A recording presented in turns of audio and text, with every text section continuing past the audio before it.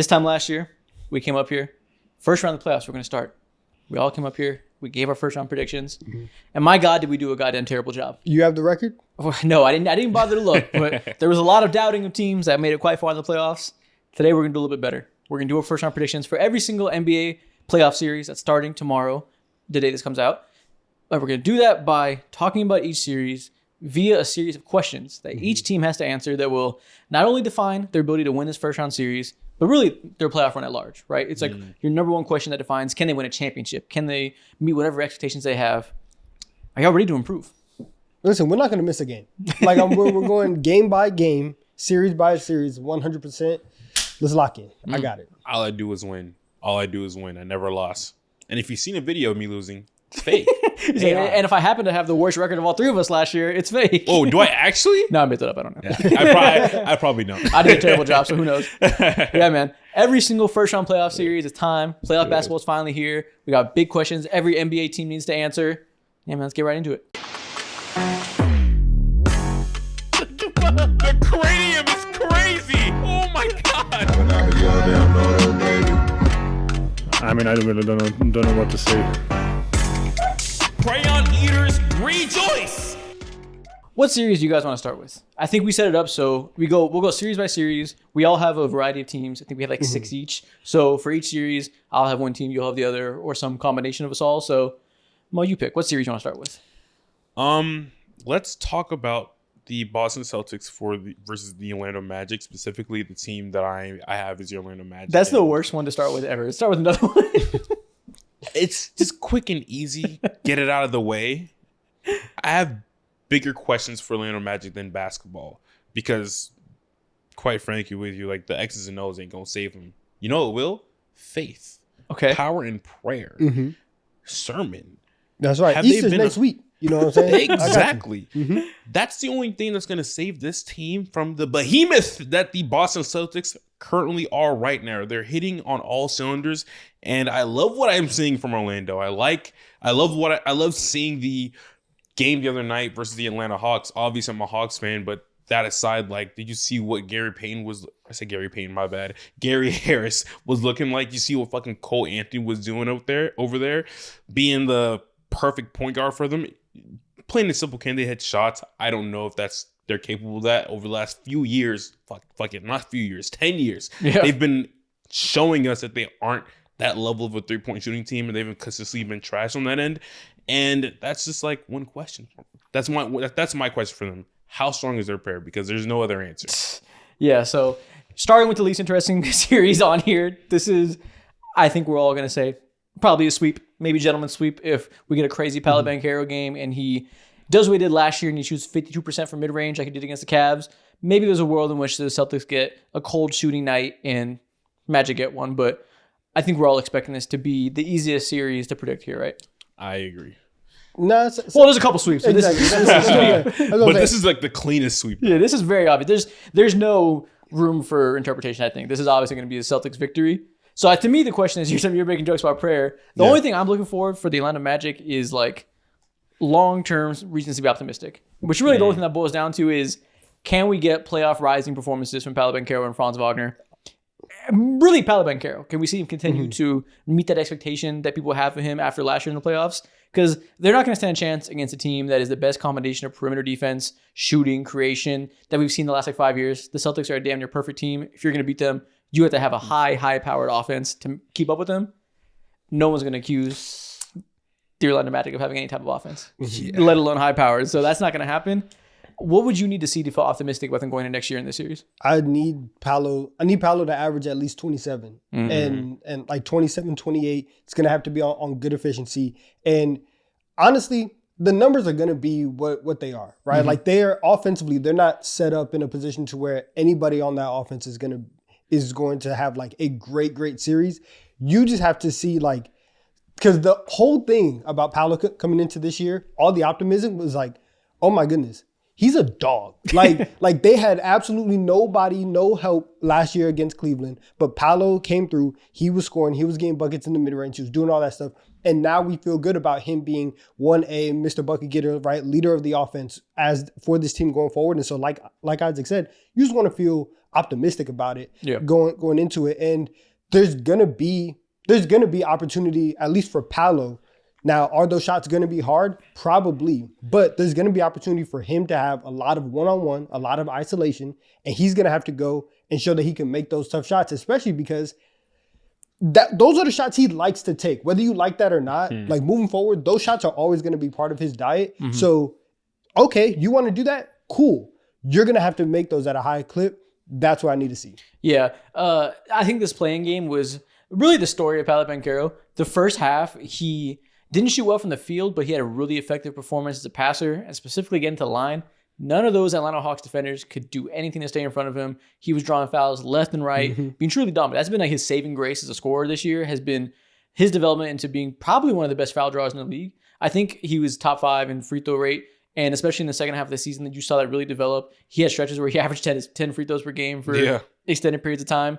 That's a real skill, and it's very little grifting. Like, he is just strong as hell and hard to stay in front of.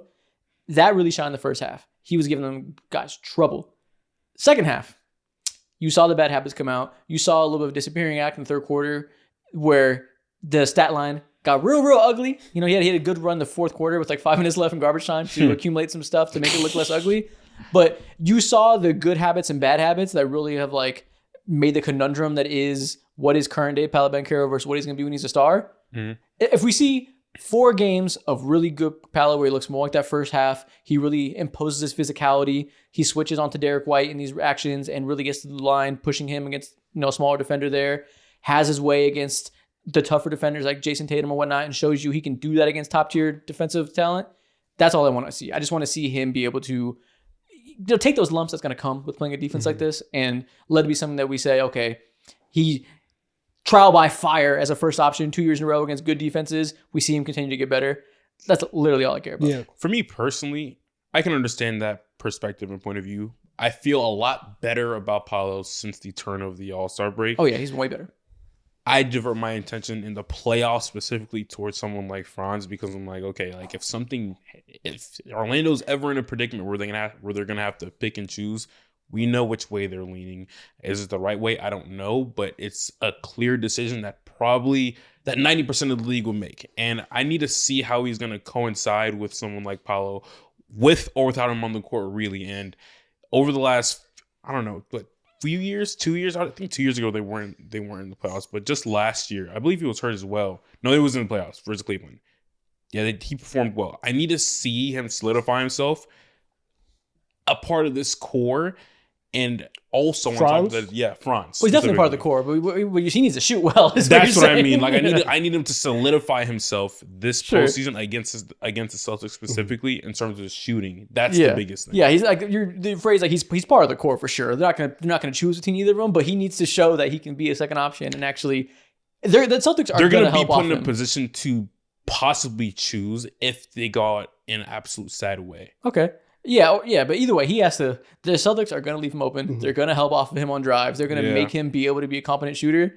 I mean, he better, that little hitch jump shot he has right now, that little slow, he needs to make those shots because they're going to, if he doesn't make that, it's going to be 2 years in a row of glaring lack of off-ball play from Franz that, I don't know if I'm willing to go as harsh as you're implying, but it's going to be a question for sure. If it's 2 years in a row, then it's a clear weakness. Yeah, and I think like going into this series, it really is about like process and just how things like feel and how things look, because don't let this playing game fool you. Neither of these teams shot over 30% from 3. Yeah. If you shoot like that against the Boston Celtics, you're going to lose by 2025, right? Like just because of one, how talented they are, but also of course, just like the math, the amount of threes that they get up, the percentage that they knock it in at.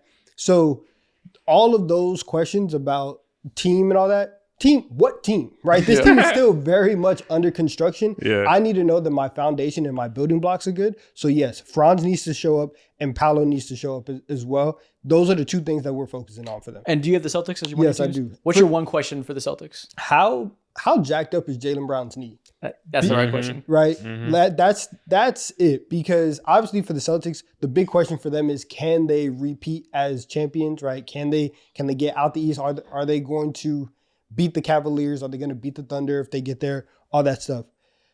Their strength is we have one of the best, the best and most talented starting fives in the league. Mm-hmm. That hasn't been necessarily the case because Jaylen Brown hasn't been amazing this year. And you see it you see it in stretches, even in the wins, but you see it a lot of times in their losses. Like when they lose, a lot of times you can look at the box score and you can look at the numbers. And one of the key things that you see consistently is, Jaylen Brown had a bad game again in these losses. Where, again, against a majority of the league, that can work because Tatum is at another level. Derek White is so good. Drew Holiday is awesome. Al Horford can guard anybody, all that stuff.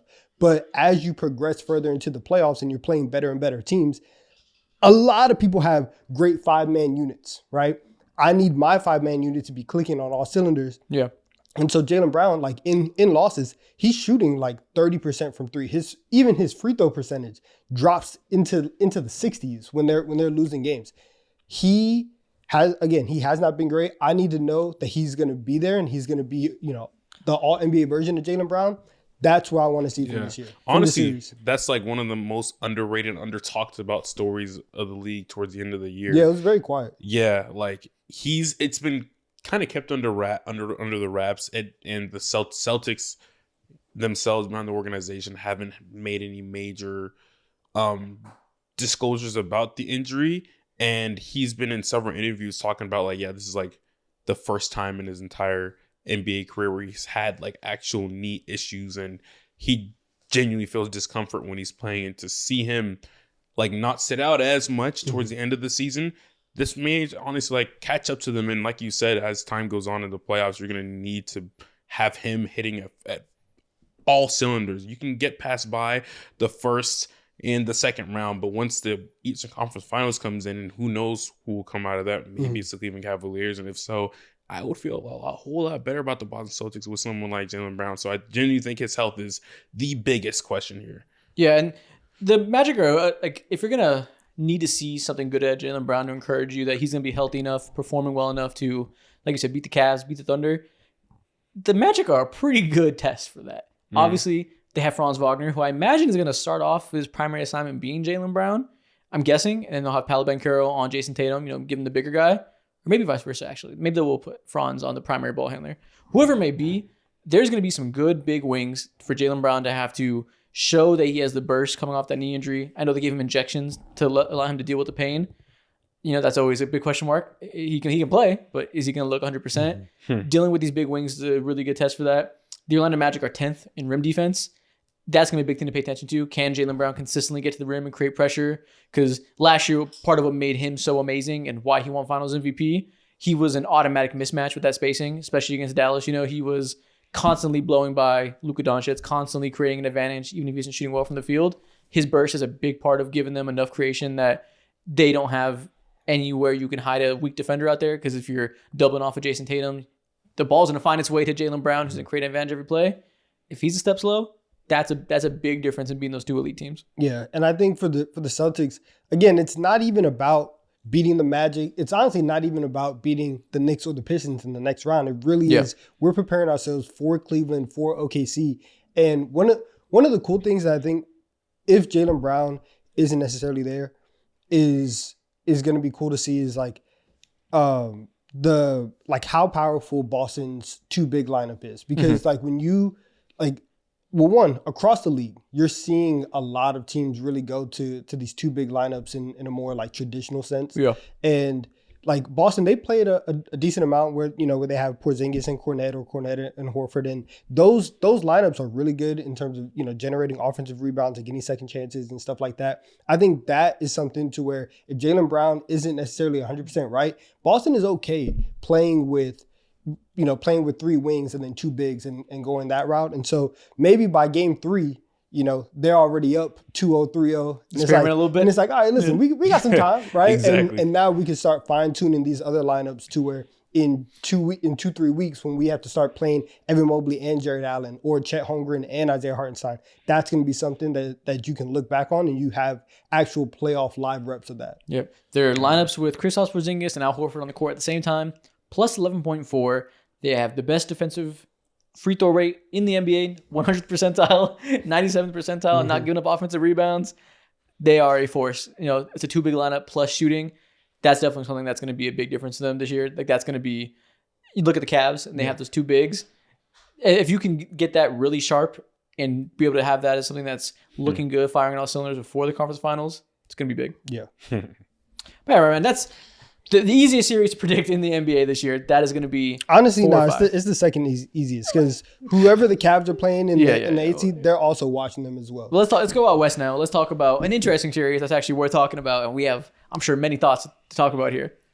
We got to talk about the Lakers versus Timberwolves, the most talked about series right now, obviously because it's the Lakers, but also it is such a clash of styles. I love it. This is such a good litmus test for both of these teams, honestly.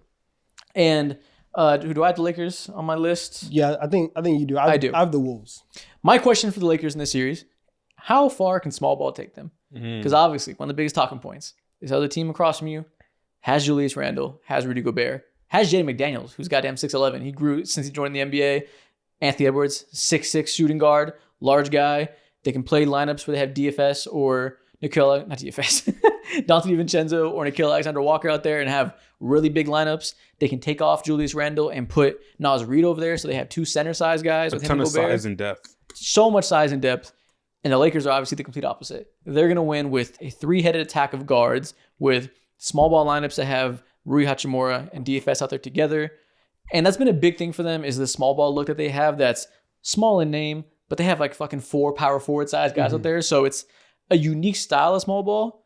I guess the biggest question for me that they're going to learn this round is that a strong enough look that has enough advantages that it can be not just something that you can get away with against big teams, but something that's like a legit advantage against big teams that you can make them really uncomfortable because you have a good mix of size and skill. Yeah. And I think a key thing that they're going to have to figure out, and which is my question for the Wolves, is how loud is the Green Goblin mask going to call out to Julius Randle? And specifically, because that Green Goblin mask is going to be controlled by JJ Redick. Yeah. Right? Like he's gonna be the one that's calling out to Julius Randle. And so I think like as big and as dominant that the Wolves can be, the one problem that we've seen from them throughout a lot, or I guess this season, last season, and even before is decision making from their ball handlers. Yep. And if the Lakers are able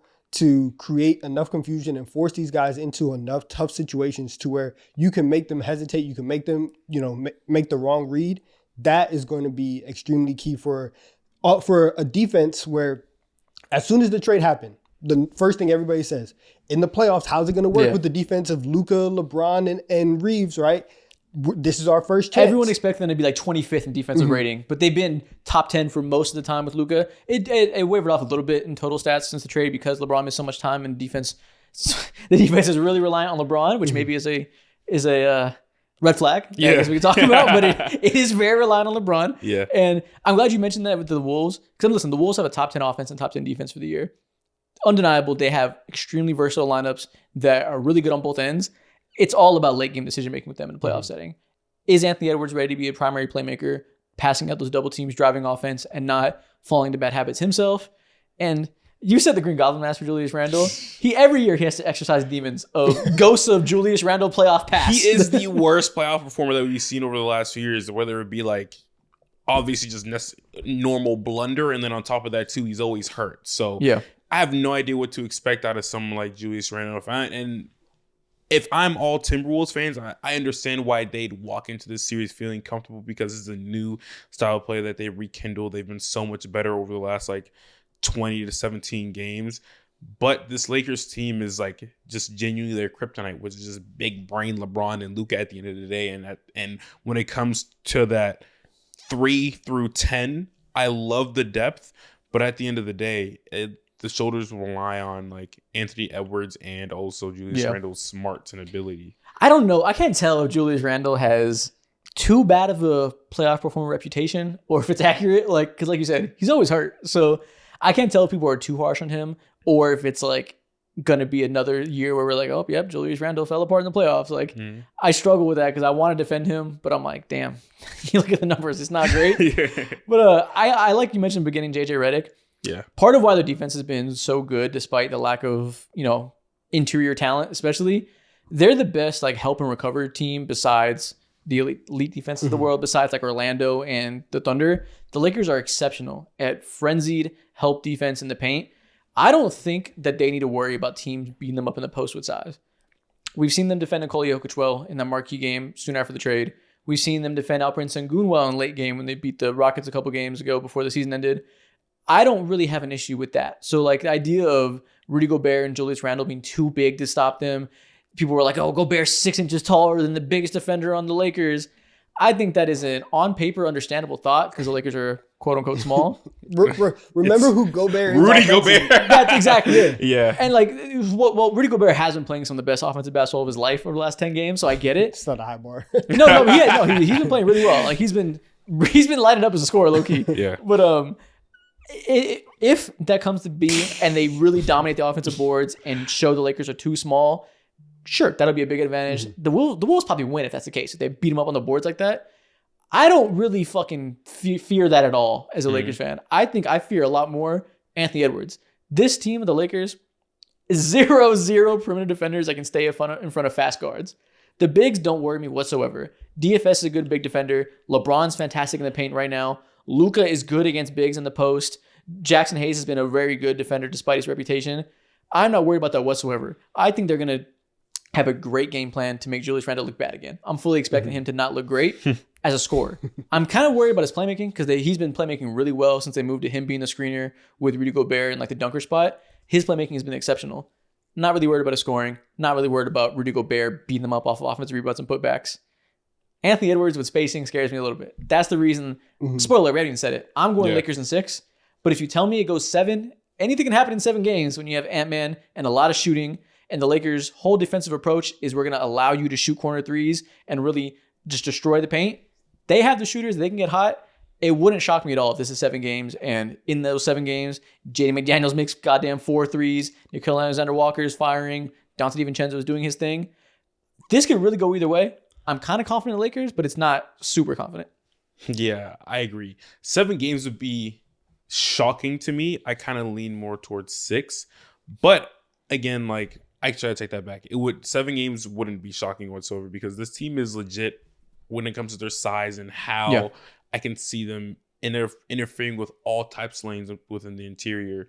And so, I don't know, like, when I think about this Lakers team and the Jackson Hayes of the world, and damn, that's their only center. That's a tough scene. I was trying to run through a list, but goddamn. Rui Hachimura in DFS, man. No Trey Jamison love? Tough scene. He can't play. He's not a two-way. Yeah. Oh, yeah, tough. So Alex Len is a backup center, by the way, but he's not going to play. Yeah, exactly. No way in hell he's going to get those minutes. But yeah, me personally, my biggest question for the Minnesota Timberwolves is seeing how the other guys react and if they're able to like take advantage of the natural weaker unit that the Lakers have, which are the Gabe Vinces of the world. Are they going to be able to like outshoot those guys? That's another huge question. I think they're genuinely more talented than what the Lakers have. And if they're able to show up on a consistent basis, plus whatever the fuck Anthony Edwards and Julius Randle is able to give you, this is probably going 7. But if they're not able to do that, then the series is absolutely right. I agree. But they should be able to do that. It comes down to the shooters to me because the Lakers are going to double the shit out of Anthony Edwards.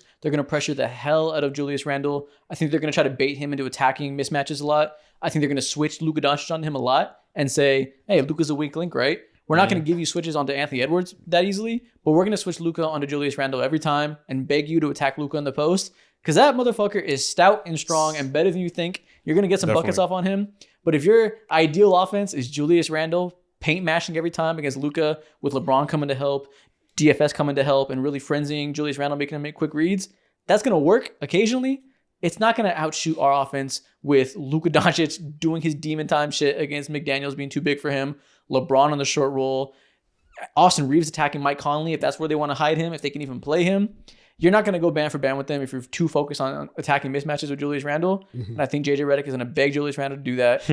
And yeah, it's really going to come down to when we double these guys, can your shooters outshoot us? Because if you can beat the Lakers. But if those guys, if their lights are too bright, it's going to get ugly fast. And for this reason, I think you guys are a little bit too confident in Minnesota. I think the Lakers are winning in 5. Oh, in 5 is kind it's not of impossible. It's not crazy. I think they win in 5. I think that first thing we've seen, I think that the Lakers have a clear coaching mismatch, or they have the clear coaching advantage. Okay. I think JJ has shown this year that he is one of the premier coaches in the league. Especially at game plans. He's really good at game plans. You give him not first round scheduling, which is like, hey, we're gonna play one day, 2 to 3 days in between. It's not second round conference finals where it's game every other day. You're traveling in between.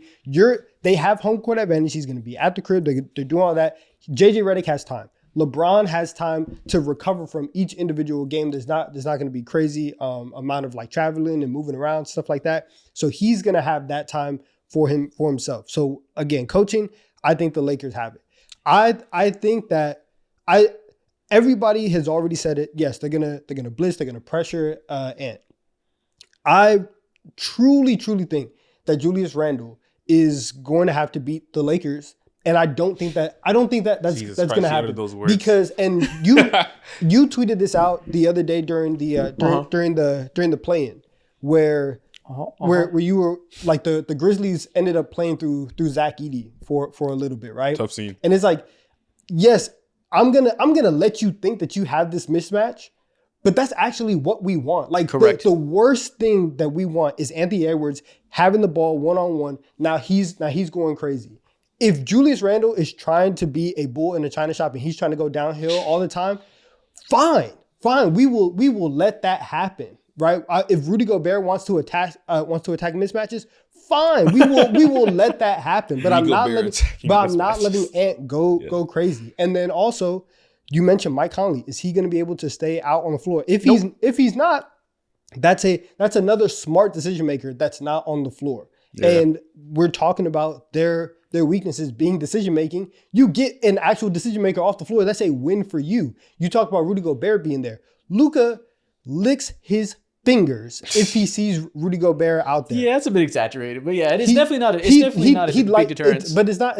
And I'm not saying that Rudy Gobert is going to be unplayable, but that definitely if he gets that switch, that's a matchup that Luka likes and he's exploited before. And so I do think whether if it's marginal or it's just something that Luka feels comfortable with, that is a point for the Lakers, having Luka be comfortable, having LeBron be comfortable against all these switches. So I do think that the Lakers have a lot of offensive advantages in this series. The biggest one's Luka, for sure. Yeah, and I think that ends up winning out. I think the number one thing, okay, so the question I have for Lakers, right? How far can small ball take you? With Rui and DFS and Braun all on the court, those three forwards, they're plus 16.5, have a 126 offensive rating and 109 defensive rating. Their opponent offensive rebound percentage is 67th percentile. So they're pretty good at not allowing offensive rebounds. Not amazing, but 67th percentile, above average. They're only 25th percentile in their own offensive rebound percentage. So that they're not getting offensive boards with those guys out there, as you'd expect, right? And they're the best 100th percentile in transition defense because, it's a mobile small ball defense. They can run. All that screams to me, I'm not super worried about them being outbigged. But the Wolves have a really good look when they put Naz Reid and Julius Randle out there as the two bigs with Anthony Edwards, call it Dante DiVincenzo, and Nickeil Alexander-Walker. That lineup, that 5-out, stretch you out, let Julius Randle attack downhill with 5-out spacing, that's kind of filthy. So I think the biggest question mark will be when the team goes small for small with the Lakers, can they defend well? Because their biggest advantage is going small against bigs and really stifling them with mobility. We saw that game against the Warriors. The Warriors out small balled them with Draymond out there. That's fucking Draymond. I'm talking about Naz Reid and Julius Randle, so it's a little different. But that offense is going to be potent, and I think we'll enter shootouts in those minutes. I am going towards Lakers in that situation because you're talking about Luka's comfortable against Rudy Gobert, which, he's not. He's comfortable against all of them. Correct, but that's definitely part of it. Mm-hmm. He's super comfortable cooking Naz fucking Reid and Julius Randle. And he's going to dice them to death. McDaniels. Like in the conference finals last year, everyone coming into that series, everyone's like, oh, McDaniels, he's a, all NBA level defender.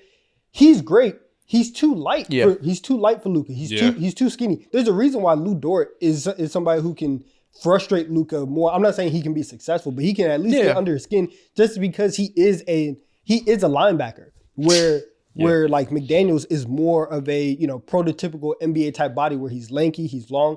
But Luka can get him on his hip. He could throw him around. He could throw his body into McDaniels, and he can create space and advantages and all the angles that he wants. So I'm not worried about that. And if that is your best answer defensively is to put him on Luka, he's eating. Like, so I really think that Luka is set up to have a very, very good series. And we've seen as of late, especially in that Dallas game, we've seen Luka start to get going and start to look like good, right, man. start to look like so Luka good. again. If game one comes out and Luka is out here firing, cursing at everybody in the stands and stuff like that, the Wolves they're in trouble. And I don't think that they have a great answer for Luka, and obviously nobody does. But that's a really, really big problem. You know what else you haven't mentioned at all is a fucking problem? LeBron is a week of rest. They don't have any for Luka. Who do they have for LeBron? I imagine they're going to have Julius Randle be the LeBron defender a lot. Okay. Yeah, you got it. I mean, sounds so cooked. If it's like post ankle injury LeBron, like how he's been playing, sure, Julius Randle will hold his own like one-on-one, but LeBron has a week off and 2 or 3 nights off between each game. He's going to look revitalized. In those fourth quarters, you have these two guys blitzing, these two guys. Like, again, I feel better about the Wolves than you do. They have real advantages that just, they can't be looked over as an easy lick. Yeah. So I think all these games will be close. But the clear difference in late game decision making that the Lakers have over the 2 main ball handlers you're talking about with the Timberwolves, and over the as good as the best defenders are on the Timberwolves, they have a lot of defenders that aren't the best when tasked with defending Luka and LeBron specifically. Not great mismatches for those guys, the reasons you said. I think the Lakers win fairly easily in very close games.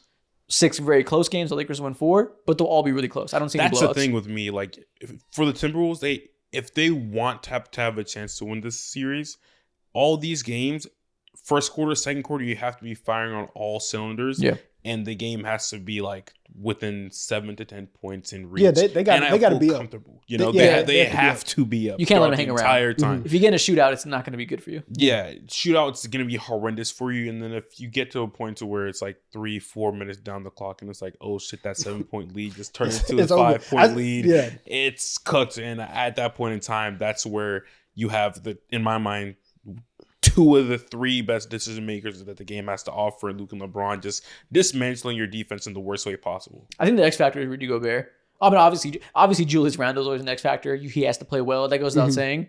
But if Rudy Gobert can truly dominate them on the boards, give a lot of second chance points to Timberwolves, and not just be able to hold his own with Luka, but really, really stifle the paint, really make it so it's hard for LeBron to get his one-on-one game off, and like really be that DPOY and change the game there. That's their chance to win. Because I don't think a shootout is going to go their way. As high-powered as offense is, the Lakers, I'll be the first to say, the Lakers offense is largely overrated in terms of like, these 3 ball handlers must be so unstoppable. It's really not. They just are extremely clutch because of those guys.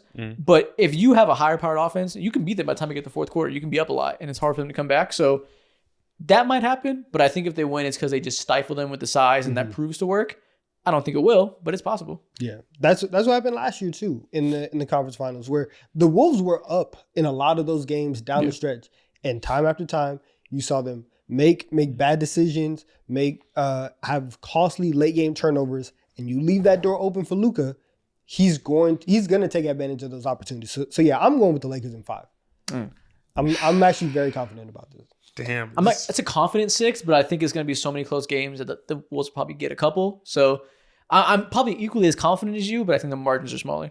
6 sounds fair to me. I want to say 7, but I just don't envision a world in where it is. To me, if I was to select an X factor on the Wolves side of things, it wouldn't be someone like Rudy Gobert. I think you can play the like world-class defense. At the end of the day, like you're still facing some of the greatest of all time in Luka and LeBron. And I feel like in order for your team to really like shine in a new way that we haven't not seen before, because we've seen it towards the end of the season, but Julius Randle has to be clicking on all cylinders for the first time. And that's something we've never seen before. So I'm going to lean towards the Lakers in 6. Okay, there you go. It's man. tough. A lot of confidence over here. We know how that goes. Yeah. We'll see. Yeah. Let's move over to another extremely close series that is insanely hard to call. I don't know how to feel about this one.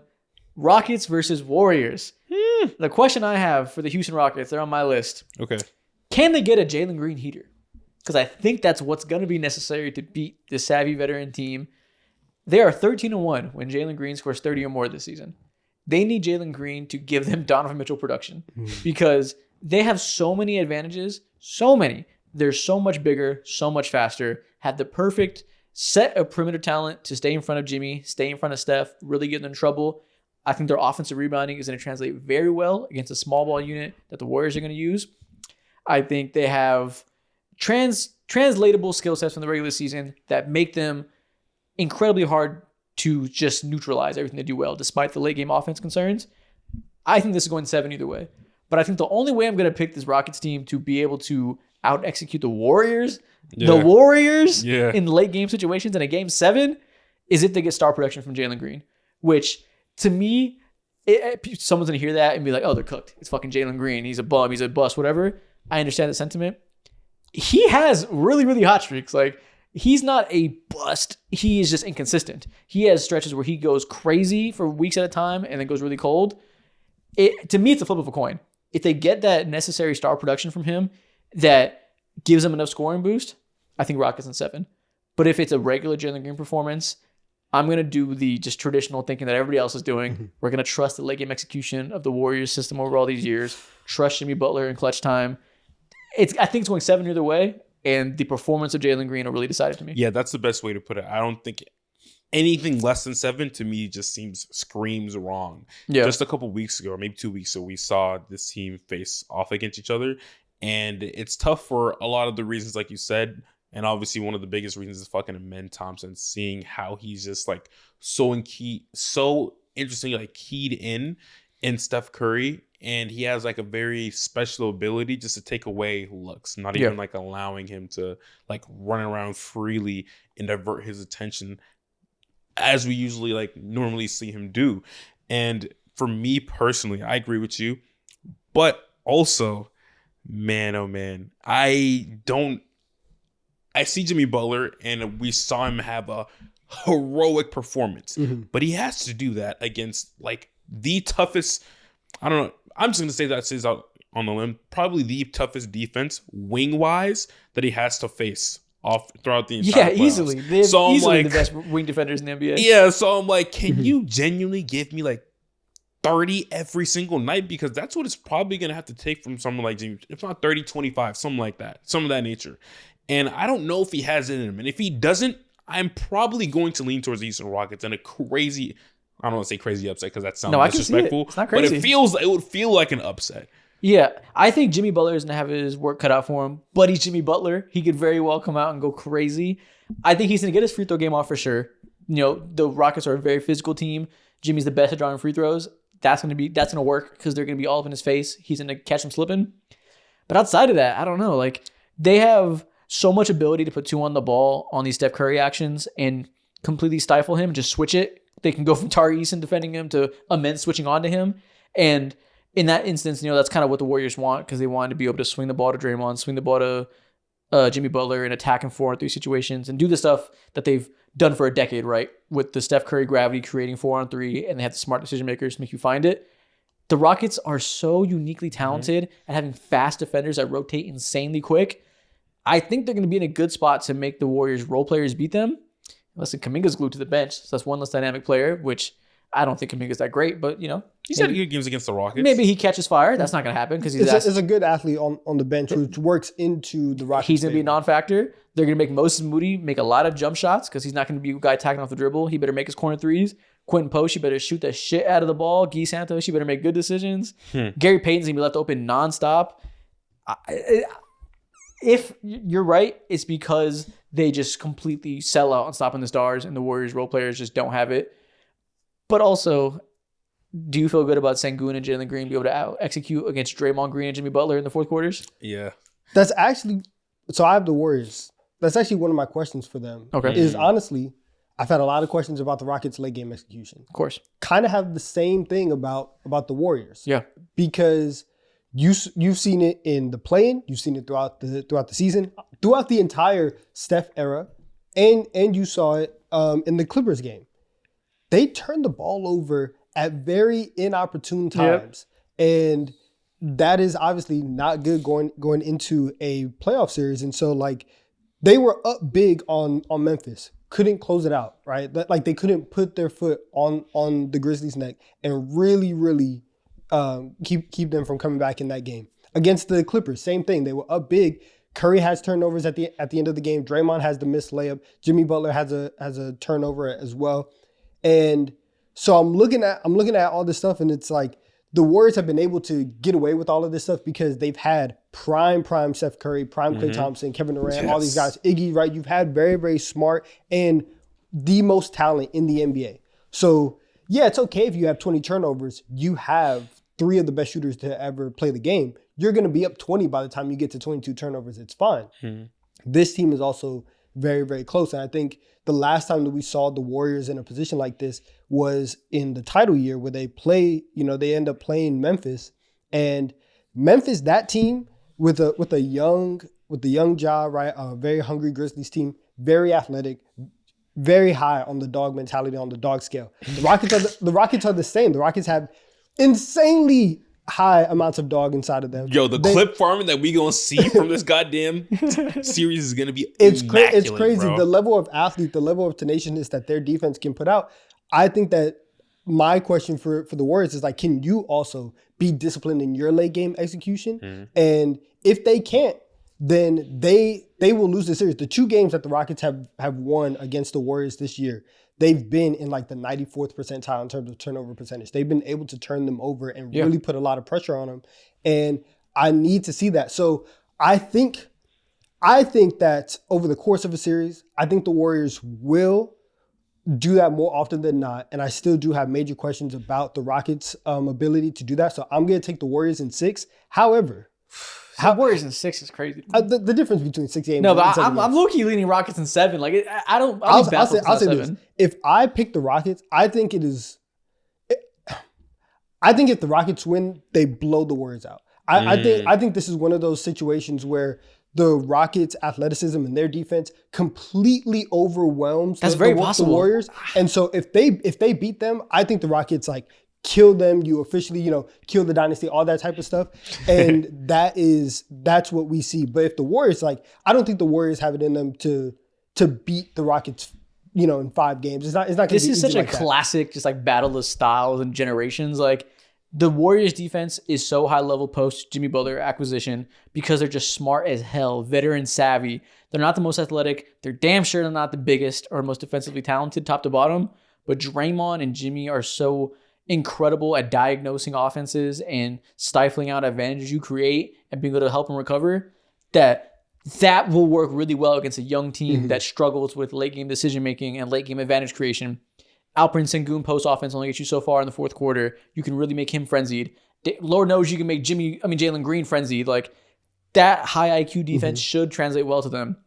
But everything you said, everything that the Rockets do well defensively should also translate to the Warriors. Yeah. They should stifle the shit out of them and really shut down everything they want to do.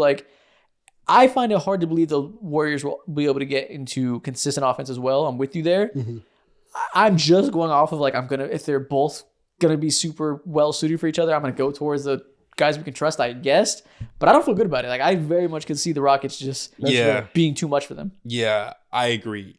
I think out of the 3 of us, consistently over the course of the season, I've always been low on the Houston Rockets, and I've always been like, yeah, but you're asking me to trust on Jalen Green, and I understand the defense is great, but look at their all-star and Alfred Sengun, and he just isn't that guy. He doesn't need to fucking be that guy in order for the Rockets to advance all the way into the fucking Western Conference Finals they want to. That's not their strength. That's not what they lean towards whatsoever. It's the hellacious defense, whether it be the Dylan Brooks, Jabari Smiths of the world, who we're just now mentioning, which is absolutely insane, bro.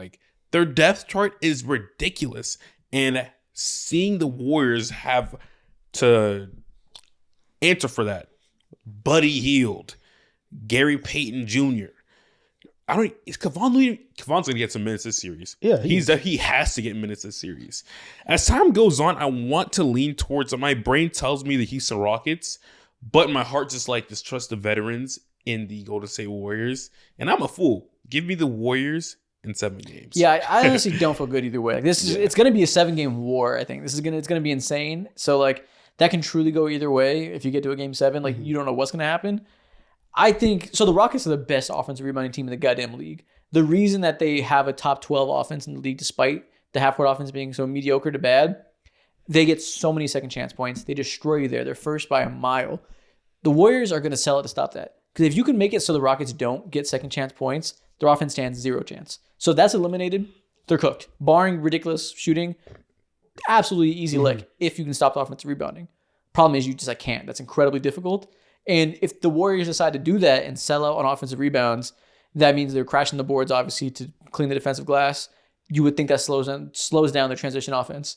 So if that's the case, you have to attack the Rockets defense in the half court, which is incredible with those athletes. And you can't get out and run and take advantage of easy looks. So if you're going to stop their advantage, you got to play into their strength. That is a tough puzzle piece to deal with. Like, do you play your own game and let the Rockets eat on the boards and you say we're going to get our own back and it's going to be fine? Or you take away their best trait and now you're getting cooked by their best strength? I don't know. That's why this series, and we talked about X Factors a couple weeks ago, Pods is going to be the X Factor for Golden State because you mentioned Buddy Hield.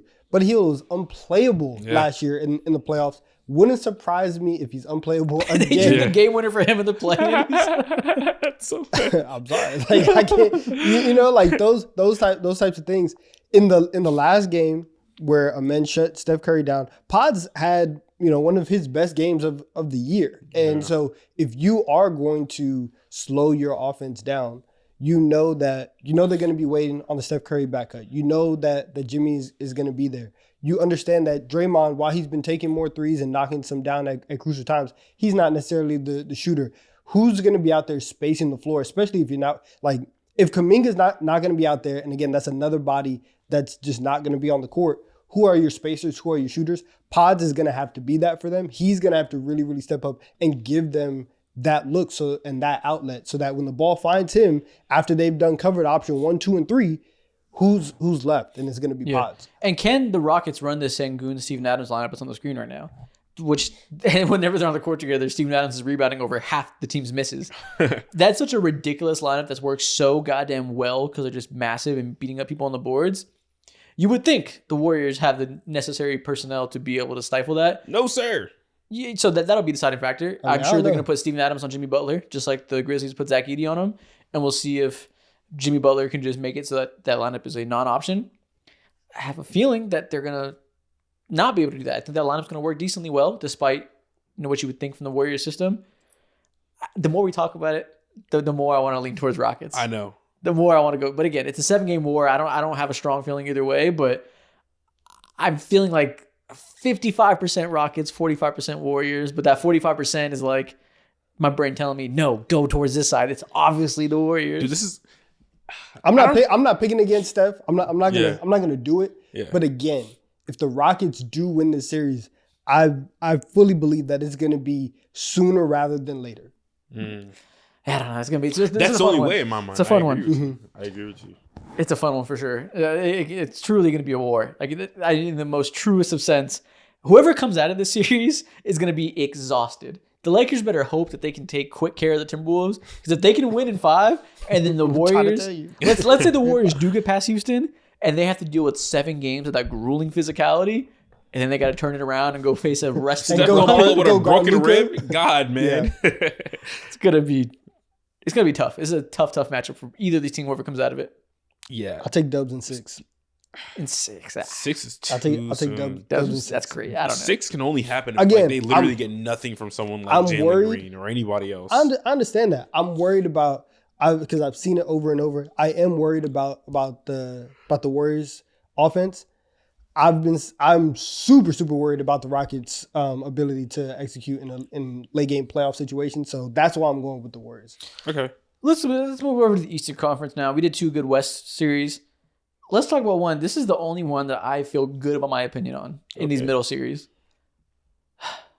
Pistons versus Knicks. My question for the Pistons, they're one of my teams. Can Cade Cunningham go band for band in late game offense with Jalen Brunson and the Knicks? It is truly all going to be decided to me on his level of star power in the playoff setting, because it doesn't get talked about a lot. Their offense has a little bit of Houston Rockets-esque half-court problems. It's very similar. In these games that we saw the Pistons walk down the Knicks twice, as you remember, it's because Cade was going crazy. Cade was dicing up cat, drop, and pick and roll, getting to his mid-range buckets, giving it to everybody up and down the roster. He was giving Mikal problems. He was giving Cat problems. he looked like a true late game superstar that you could rely on. He has to do that again because there are so many stylistic things that I think work in the Knicks' favor in this series. He needs to do what Jalen Brunson did last year to will his team to victory in the late game offense because I don't know what other big advantages the Pistons have outside of that to me. They don't. There's been 2 games where like the Knicks have had absolutely everybody on the squad. And they're 1-1 in those games. The first game that they played, they blew the Pistons out. The second one is the one where Cade walked them down in the Garden. He had 36, right? 36, 37 Something points. like that. That's like you said, that's going to be the formula for them. He's going to have to score 36, 37 because I am a little bit nervous just because the Pistons are like very physical. They're very fun. I don't want to get too caught up in how high the vibes are because it's like, wow, you lost 30 straight games last year. Now you're the 60. Like the turnaround is amazing. Yeah. It's awesome. But I feel like the indexing on the Pistons might be a little bit more than what they are right now. Yeah, I can agree with you. And yes, the Knicks they haven't beat the Cavs. They haven't beat the Thunder. They haven't beat the Celtics, all that. They can beat the other 25 teams in the league, right? Against everybody else, they are pretty damn good. And so I think that offensively, if Brunson, you know what he does in the playoffs, he's awesome. Cat, all I need you to do is space the floor and be good. He's done that all year. The run that OG Anunoby has been on to close the season, he's been hooping offensively. He looks like such a different player, bro. Shout out Sydney Lee. He's playing so good. And so it's like, if you have those 3 guys on top of Josh Hart's offensive rebounding, and then Mikal Bridges just like, if you get a decent Mikal game, I don't think Detroit has enough offense, enough firepower to carry them through an entire series. Cade is going to have to average like 35. Malik Beasley is going to have to average 24. That shit is not hard against a defense like the New York Knicks, though. I'm sorry, man. But it's not hard for someone like Cade or Malik to do if he that. can expose Cat, for sure. But their defense is like, it's not good for the standards they're set because they're expected after this all-in trade to be one of the best teams in the goddamn NBA. Yeah. But the defense is like 12th or 13th in the league. It's not like it's 25th. You know, it's probably, we act like it's worse than it is because we think about it through the lens of defending the Celtics, in which they stand 0 fucking chance. They stand a chance against the Pistons' 19th ranked half-court offense. It's not quite so terrible. But that being said, if Cade just kills Cat, it's very possible. It could go the other way, but it's not the easiest. They do have good perimeter guys. Like, we make fun of Mikal and OG for not being like such a dominant force that can hide the Cat thing like the Knicks hoped. It's still a good wing duo. You're asking them, what we were asking them to do literally is like, hey, I need you guys both to be as good as Herb Jones last year. Yeah. Like, I need you guys to be DPOY, first team all defense, which, I mean, listen, OG, shout out to you. But like, Mikal far from it. Exactly. But you needed that level of defense for both of them to cover up Brunson and Cat. And it's a very, very tall ask of that. But I feel like with the type of player that Cade Cunningham is, this playoff series is going to be very telling in terms of his playoff legitimacy. I agree. And I think for the just general archetype of player that he is in terms of how he likes to get his buckets off and how he's 6'7", 6'8", or whatever it is, and has the ability to dime it up all across everywhere on the floor, I feel like this series is set up for him to put up the craziest averages on pretty good efficiency. So I'll ask you right now, does Cade average 30 points in this series? I think he averages 30. Nope. I'm going to say he averages 30. Well, maybe average 30. I don't know. Yeah. Average 30 is a lot. What do you think is the Pistons' record in clutch games this year? Which clutch, this is NBA.com, is defined by games that are within 5 points with, I think, less than 5 minutes to go? Yeah, at the 5-minute mark. Yeah. What do you think is their record in clutch games? They played 37. I'm going to go 15-22. 15-22 is 17-20. Not great. What do you think not bad. Cade Cunningham shoots from the field and from 3 in clutch situations this year? 29%. From the field? God damn. You think he's killing Hayes? What is it? 34% from the field, 23% from 3. Wow. Okay. I was baffled by those numbers. And again, maybe it's small sample. It's 37 games. I almost felt like I was looking at an error in That NBA.com. sounds so weird. I was like, I feel like he's been killing it in late game because I remember these games against the Knicks and stuff. And granted, he did do well against the Knicks because they have a specific matchup. But year over year, that's not the best numbers. Granted, that's not everything. It's just NBA.com's version of clutch points. I don't feel great about their clutch offense. Their 19th and half court efficiency, like I said, Cade will have to be a superhero If he's just regular or, God forbid, bad, they stand no chance. And my bigger question is the Pistons defense. Yes. Been elite second half of the year. They've been fantastic. They are number 1 in points per play off of steals. They rely entirely on Asar Thompson in the lineup and them flying around, forcing steals, forcing blocks, running in transition. They're 4th in transition frequency as an offense. That's their game plan. Be athletic, make you mess up, run on the other end, and supplement our lack of half-court offense with speed and scoring in transition, right? I wonder who was one of the best point guards in the NBA at late game execution and not turning the ball over and reliably creating his own shot without putting it in harm's way. I wonder Don't do that. I wonder who that may be. I wonder Ew. which team is the 6th best in the league at not giving up turnovers and being fantastic at that, and will be even more indexed to those guys in the playoffs in which Jalen Brunson plays 48 minutes a game. Who's the clutch player of the year, Isaac? Jalen motherfucking Brunson. So if the Knicks are able to play Knicks basketball and not turn it over and not give that outlet to the Pistons defense, it can get scary. Hey, I never said that the Pistons were going to win. I just envisioned Cade Cunningham having the series of his life. With all that being said, to sum it up, I'm pretty easily leaning towards the Knicks in 6 games. I think it's going to be hard fought. I'll say in Knicks 5. in 6. I think this is going to be easier than people think. Well, I might be wrong, obviously. So I'm not like the Pistons are good, but I don't think this matchup works as well for them as people might think from those regular season games that Cade did so well. We're not even getting into the Jalen Duren of it all. His ability to defend in space is going to be a big thing. He's been better second half of the year. They're going to attack him mercilessly. I imagine they'll probably hide him on Josh Hart and not get him into the spread pick and roll game with Cat. We'll see if Tom Thibodeau can figure out a good solve for that. That's a common thing. You see a lot of teams hide their slow-footed bigs on the least threatening wing.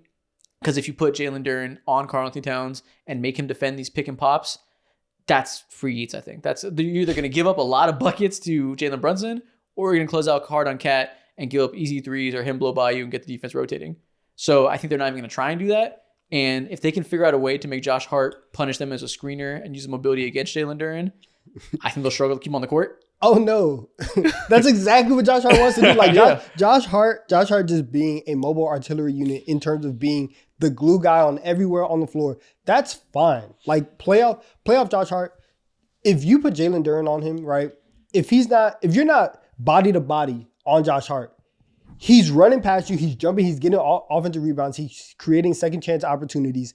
This is what he does. So like that's fine. You're just gonna give him a runway to do what he does. And if like maybe the Knicks don't need Hart's offense the way that they needed it last year, but you have seen at times like when Josh Hart needs to shoot the ball, he will, right? Like at the end of shot clocks, Josh Hart is a bucket. if playoff Josh Hart comes back and he starts shooting 35, 36% from 3, something just respectable, that is another mismatch that I don't think Detroit has an answer for.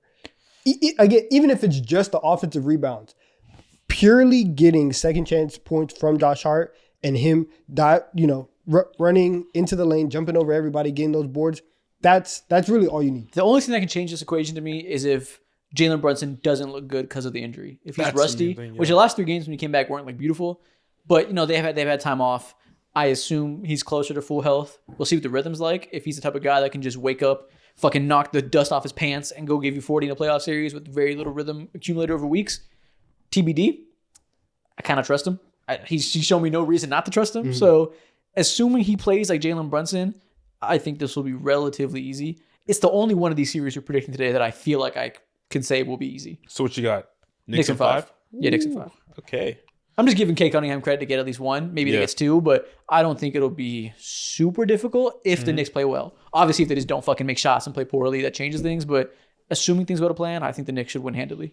This guy doesn't believe in the second best 3-point shooter in the NBA, Malik Beasley.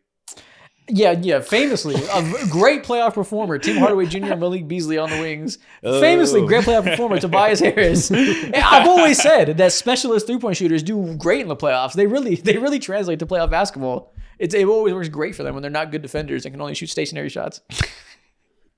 Yeah. At the end of the day, regardless of what the fuck happens with the Pistons, this is a fucking plus season. No one cares. If Cade has a complete shitter of a series, it doesn't hamper or injure how anyone should look at him in my mind. I'm just hoping that he's able to go ahead and get 2 off. And I think if he's able to do that, then that doubles down my perspective on him when it comes to just how high he can reach in terms of like NBA hierarchy. Yeah, it'll be a good. Either it'll be, oh shit, Cade Cunningham's a top 10 player in the Like world already, yeah. or it'll be a good learning experience for him in his first time in the playoffs. Like either way, it's gonna be very important for his development. True.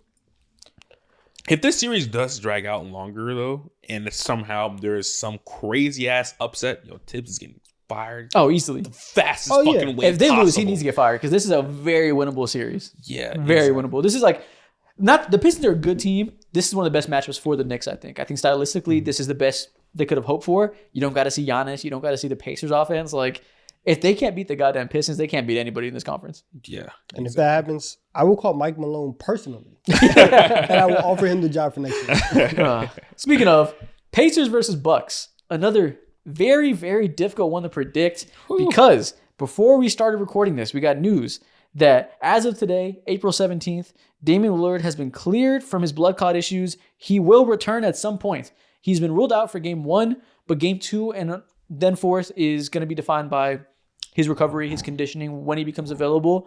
But the door is open. So we all planned for this before this changed. What do you, now we got to go off the cuff. My Let's whole say shit is Dame comes busted, back. bro. How are you guys feeling about this now? Who has these teams for your questions? I got both of these teams actually. Oh, that's a fuck up. Yeah, Okay. I just realized that as well. What's your question for the Pacers first? Then we'll get to the Bucks of it all. So when it comes to the Pacers, I feel really set and solid when it comes to what Tyrese Halliburton is going to be giving you. Since he started off the year super, super slow, and because he started off the year slow, naturally the Indiana Pacers are going to do the same thing.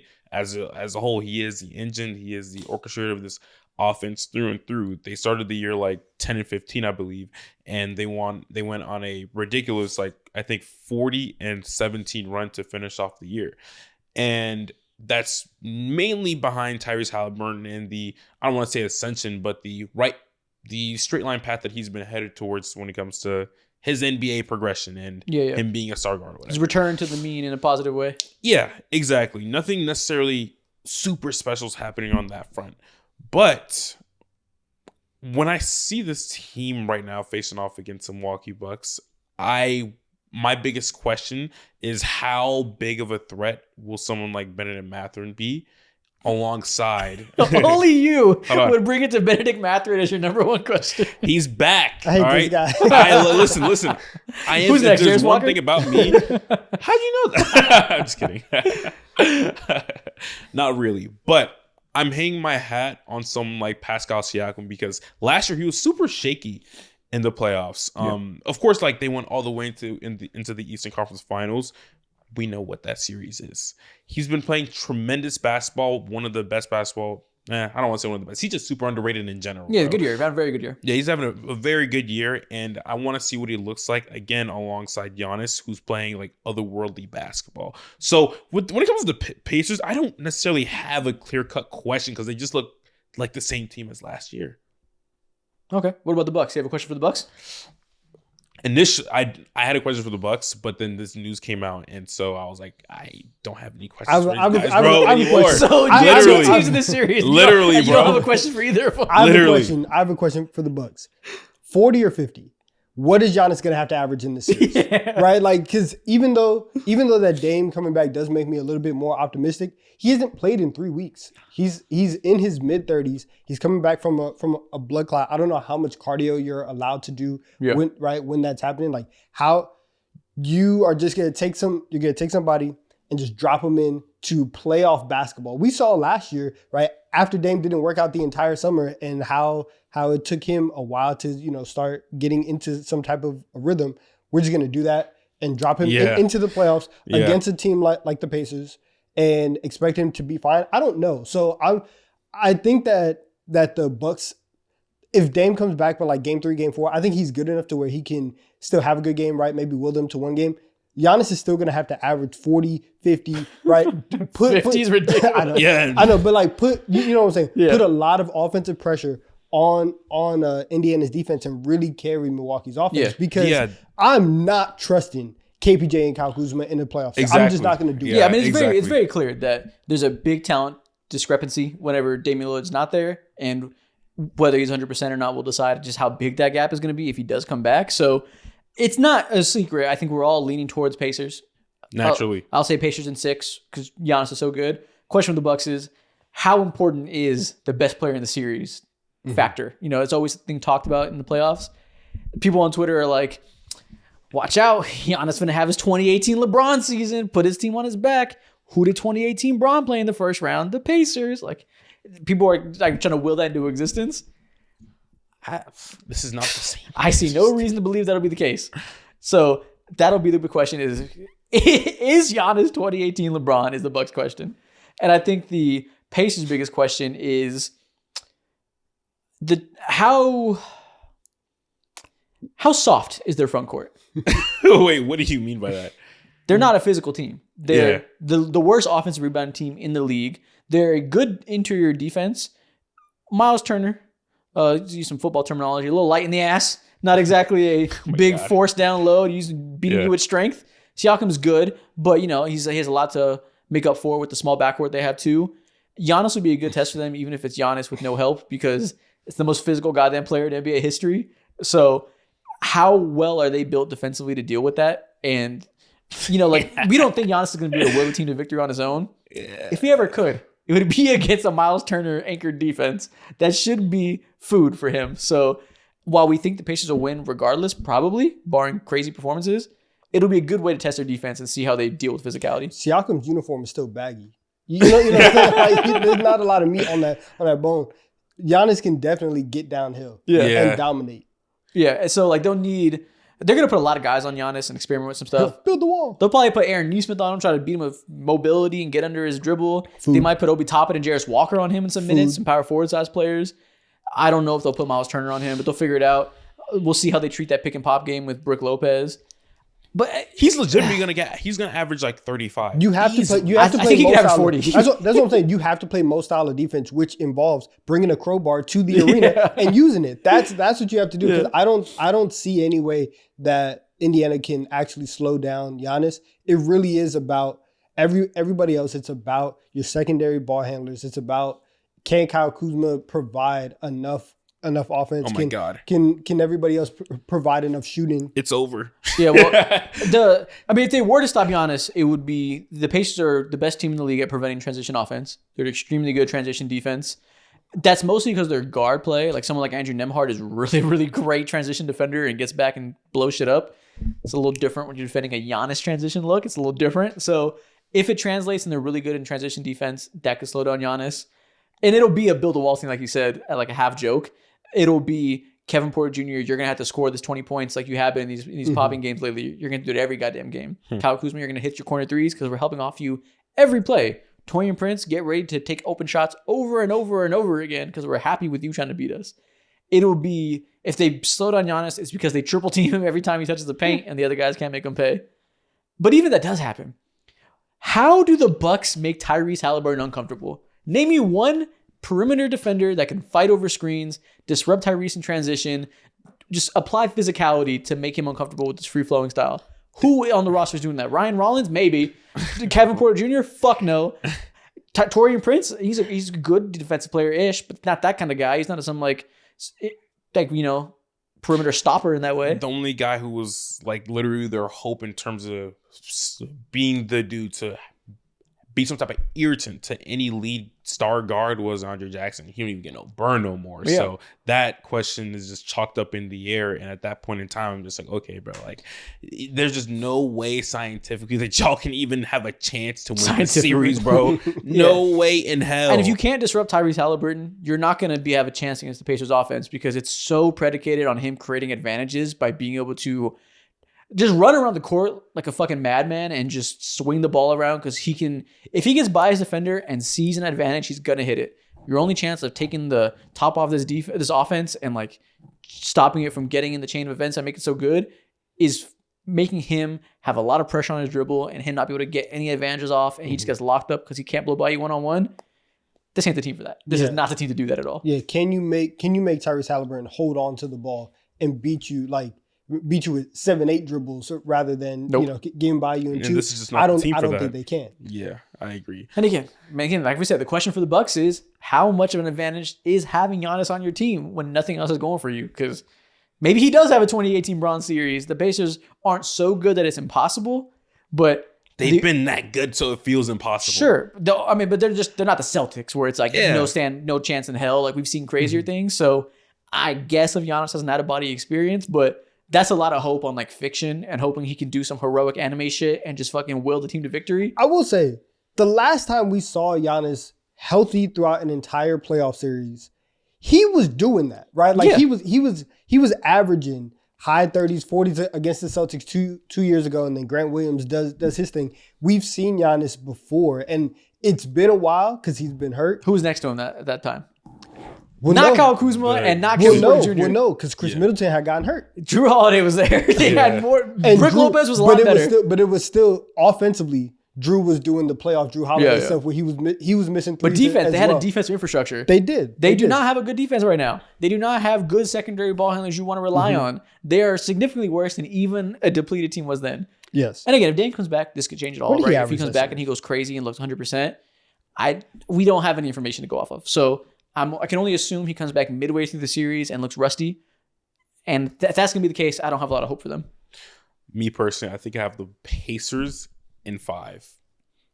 5 sounds seems harsh, but maybe. Sounds harsh, but genuinely, I'm just like, there's no advantages out on this roster outside of someone like Giannis. That's a big advantage, though. And it's a big advantage. Yeah, it is a big advantage. It's the biggest advantage imaginable. But at the end of the day, like, unless Giannis is literally playing like 48 minutes, what happened? The last healthy series. Yeah. Right? That series against the Celtics. Giannis playing 40 minutes a night.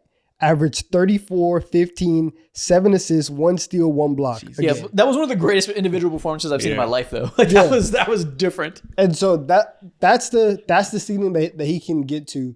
And with the team, like that Celtics team was set up way better to guard Giannis than this Pacers team. Like they had Al Horford, you have Tatum, you had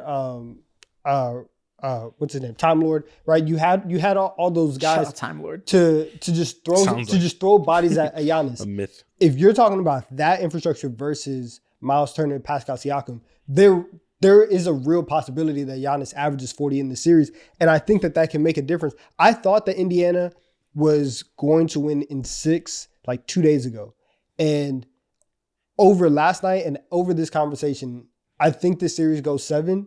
And I'm starting to lean Milwaukee just because I think I'm buying Giannis. You haven't said a single thing that indicated to me you like Milwaukee in this series until just now. and now I'm just like, yo, hey man, Giannis is like this motherfucker just argued for 20 minutes on why the Pacers are so much better, and then he's like, actually, I'm gonna go with Giannis. I'm sorry, He saw some disgusting stats. He saw some disgusting stats from a couple years ago. Am I crazy? Bro. He didn't say a single good thing about the Bucks just now. I get it.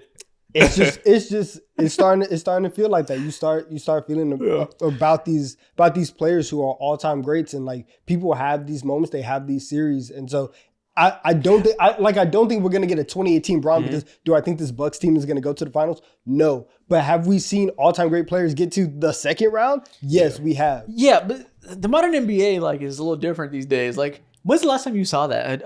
Undermanned roster where one of the best players in the world just beat a good, fully healthy team that they weren't favored to beat. I feel like it's been a while since we saw like a superhero performance like that. 22? Steph Curry. Steph Curry. Against the Celtics, you mean? Yeah. Okay, were the Celtics the big favorites? I can't remember what the betting odds were. They were. They were favorites. But Curry's team was like fully healthy and like wasn't really backpacking. Their defense was really good. I guess that's the best example. Now I'm thinking about it, but that's not the best comparison to this series. The Celtics were like, and according to like ESPN's BPI, but like on the betting odds on everything, the Celtics were like very clear favorites. I remember the Celtics were like 86% like chance of winning or stuff. That was the prime. Yeah. Like this team is better, but the Warriors have obviously like been here and they can out execute, and you saw that throughout that series. I think that they had like a system. It was top down. That was probably the last time. That's to win a championship. Yeah, I'm saying first round. At that point, we'd seen them win 3 series, so we know they're good. There's more. Like, I see what you're saying. It's probably the best example, but it's not 1-to-1 with this situation. Like, when's the last time we saw something like this? Like these days, like the better team a lot of times wins. Like we've seen the best. We've done this a lot where we're like they got the best player, and then the Timberwolves beat Jokic, and then LeBron loses in the first round. Like this keeps happening where we have this talking points that feel very rooted in a past era. I can't remember the last time this happened. We've seen Jimmy Butler raised Mavericks last year. Mavericks beat OKC. That's probably the best example. Do you really think so? Because Kyrie didn't. Luka just. Oh yeah, no. Luka was hurt by then. So I don't even. Yeah, I don't know if that's the best. Well, no, that was second round. No, Luka did go sicko mode then against the Timberwolves. He was a little more slow, but I guess he was a difference in beating OKC when OKC was better. That's probably the best example. But even then, it's not even the strongest. They had case. a healthy team though, so like it wasn't quite as depleted. Case. That's prehistoric. You're right.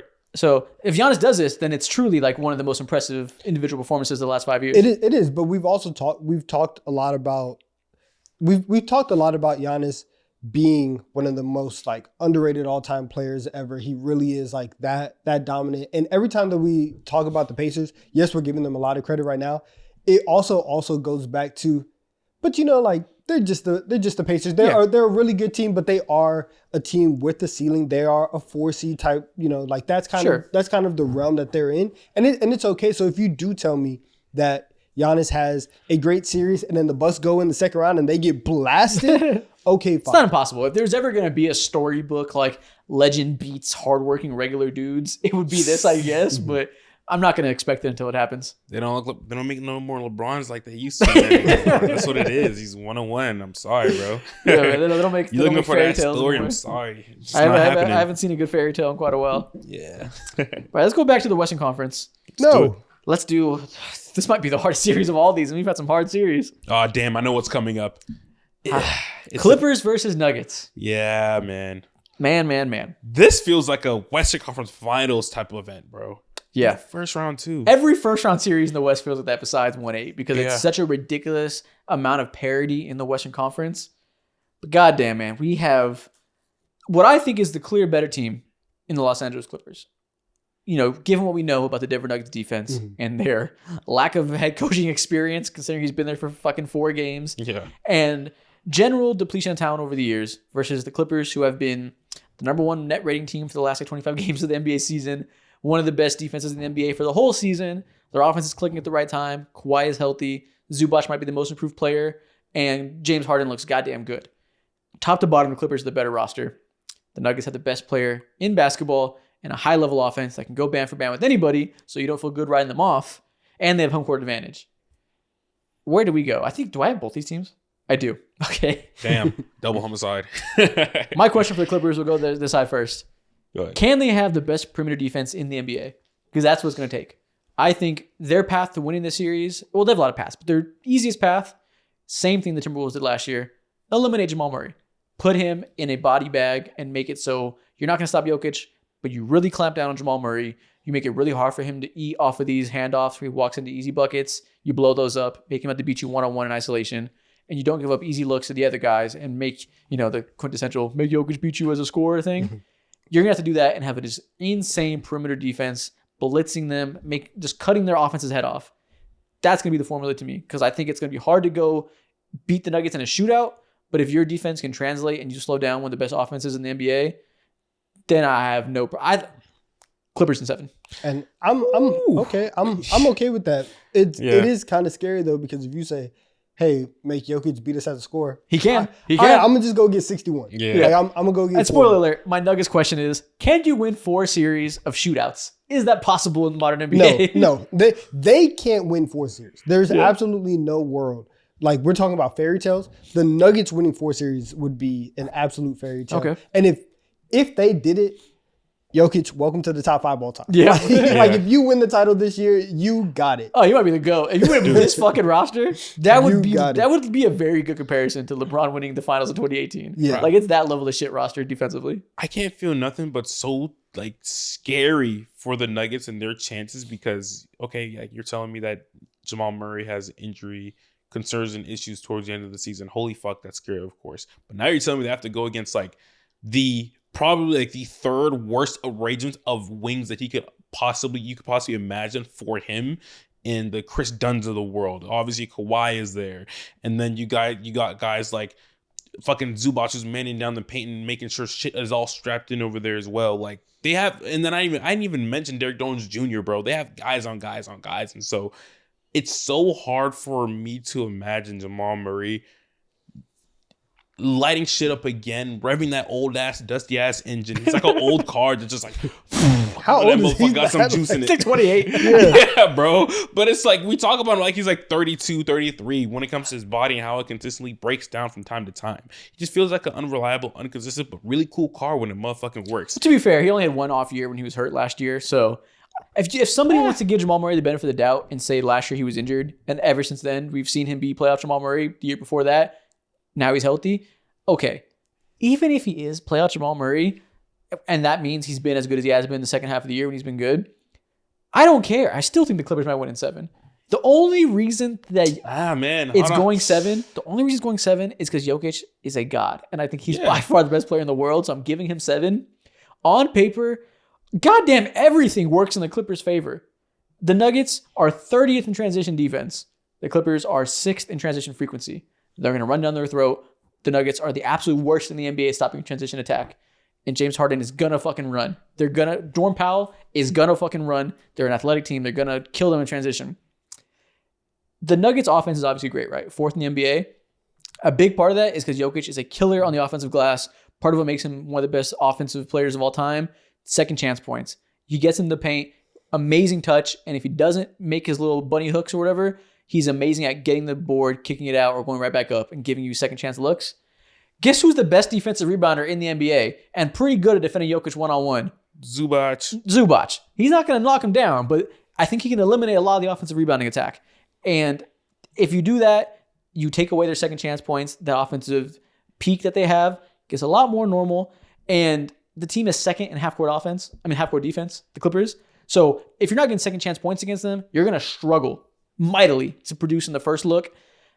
I don't know how they can go band for band with that when the Clippers also are playing good offensively, and one team is an amazing defense that has some pretty good strengths that can slow down your best player as much as anybody can slow him down, and you have absolutely no point of attack defenders to make Kawhi Leonard struggle whatsoever.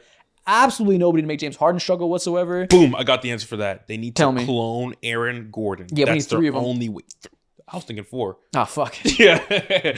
And sadly, we're in the year 2025. They don't have that ability yet. That's why I'm going with the Clippers in 6. Yeah, and I said nobody to guard Kawhi. Forgot Aaron Gordon. They one player. So there you go. You're going to have to hope that Kawhi doesn't use screens, that he attacks Aaron Gordon one-on-one over and over again so you can lock him up.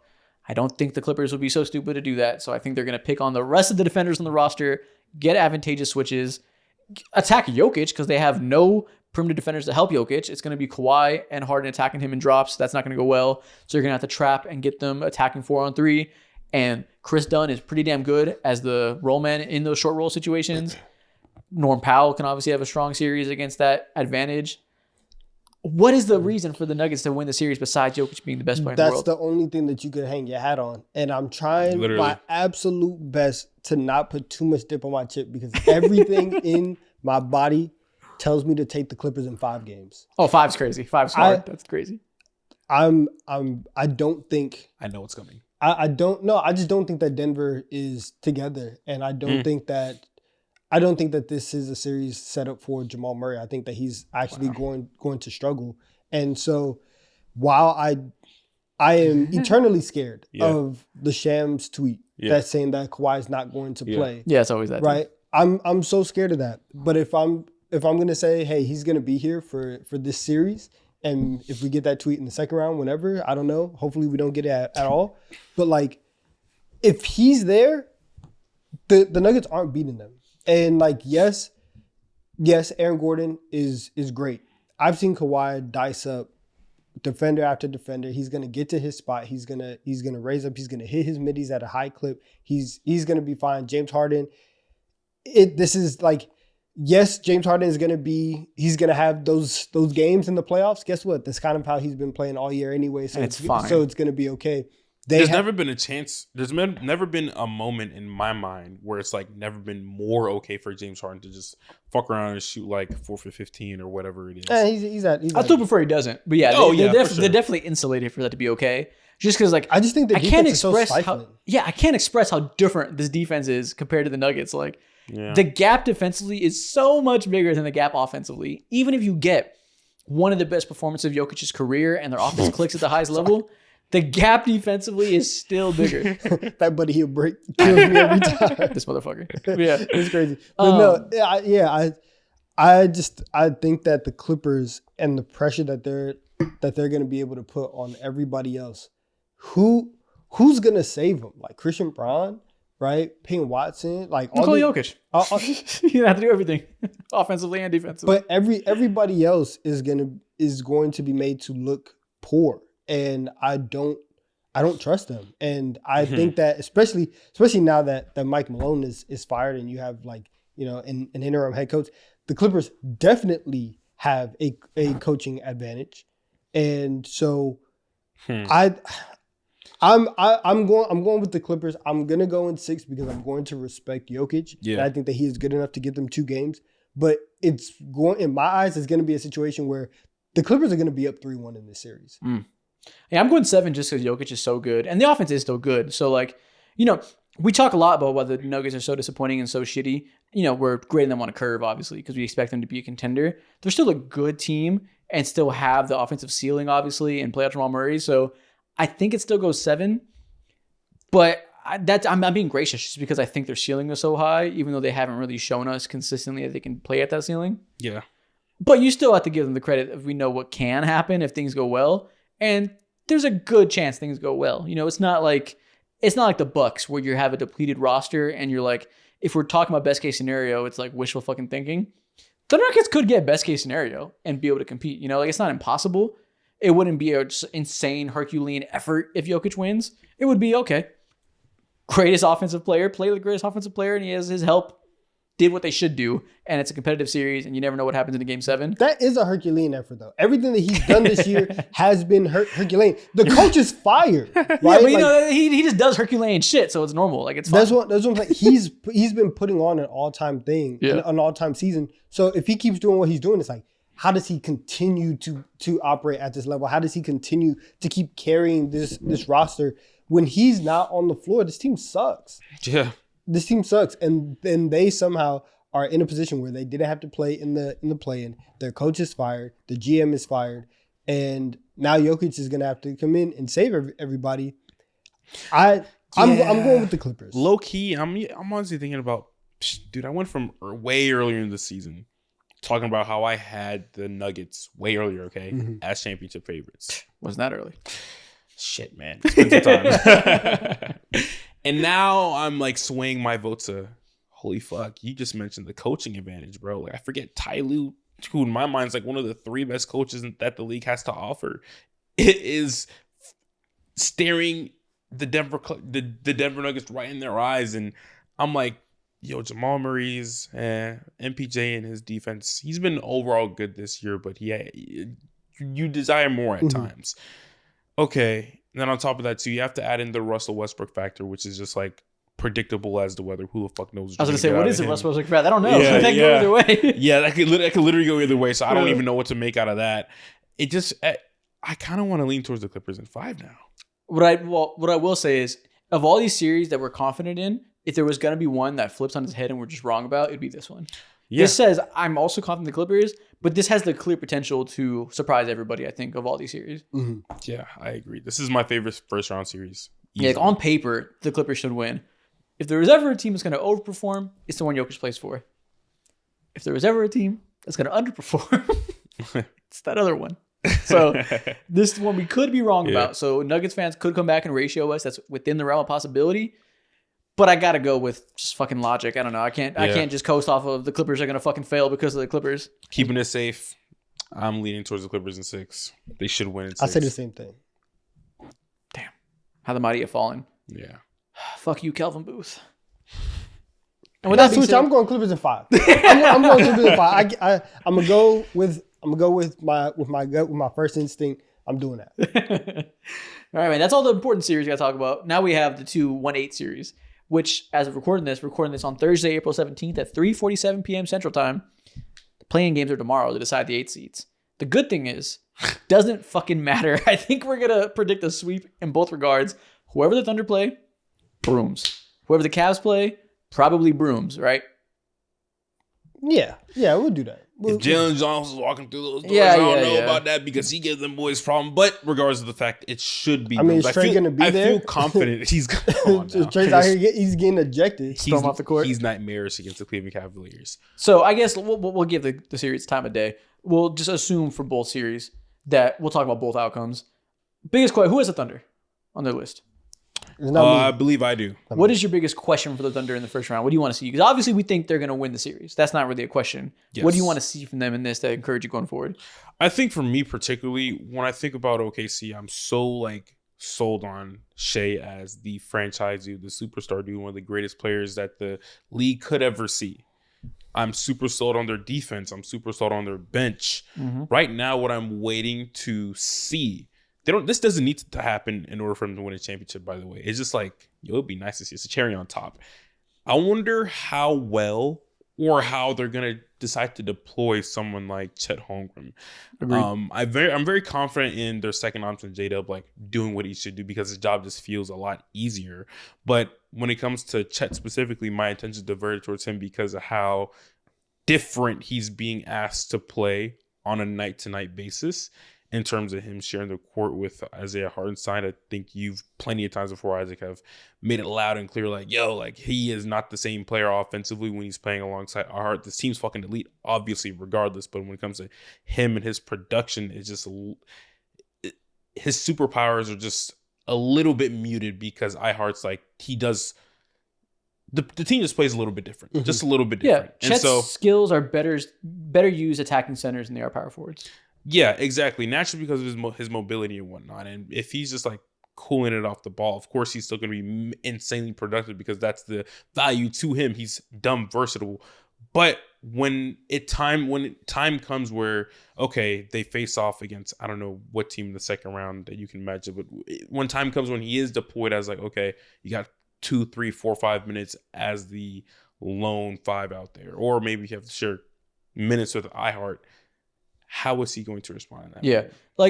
So they'll either play the Grizzlies or the Mavericks, both of which are probably going to deploy big lineups. The Grizzlies will probably start Edey and Jaren Jackson, and the Mavericks will start Anthony Davis and Derek Lively, right? So this will be a good test for how they wanted to, figure out the best way of using both these bigs, like you said. Like if it's Edey starting, the natural idea is you put Hartenstein on him because Edey is a fantastic offensive rebounder, gigantic body. You don't want to throw Chet to the Wolves like that. I kind of think it's kind of food if you stretch Edey out with Chet Holmgren shooting, and I think J-Dub can defend Jaren Jackson just fine and win get more boards than Jaren Jackson. So that'll be a good way to experiment. Yes, Like that'll be a good way to see what does it look like when Chet is defending a big who is gonna beat him on the boards. Like Edey is gonna out rebound the shit out of Chet. Edey's a fantastic rebounder. Chet is not. So you're giving up that advantage. You have room to see what happens when we do that. Do we get more offensively by giving up that rebounding because they just cannot stay in front of us? TBD. Or you go big with the Hartenstein thing and see if maybe you just match up size for size. That'll be a jigsaw thing that Mark Daigneault also figure out per each series. Same thing applies to the Mavericks. Do you want to put Chet on AD or do you want to put J-Dub on AD?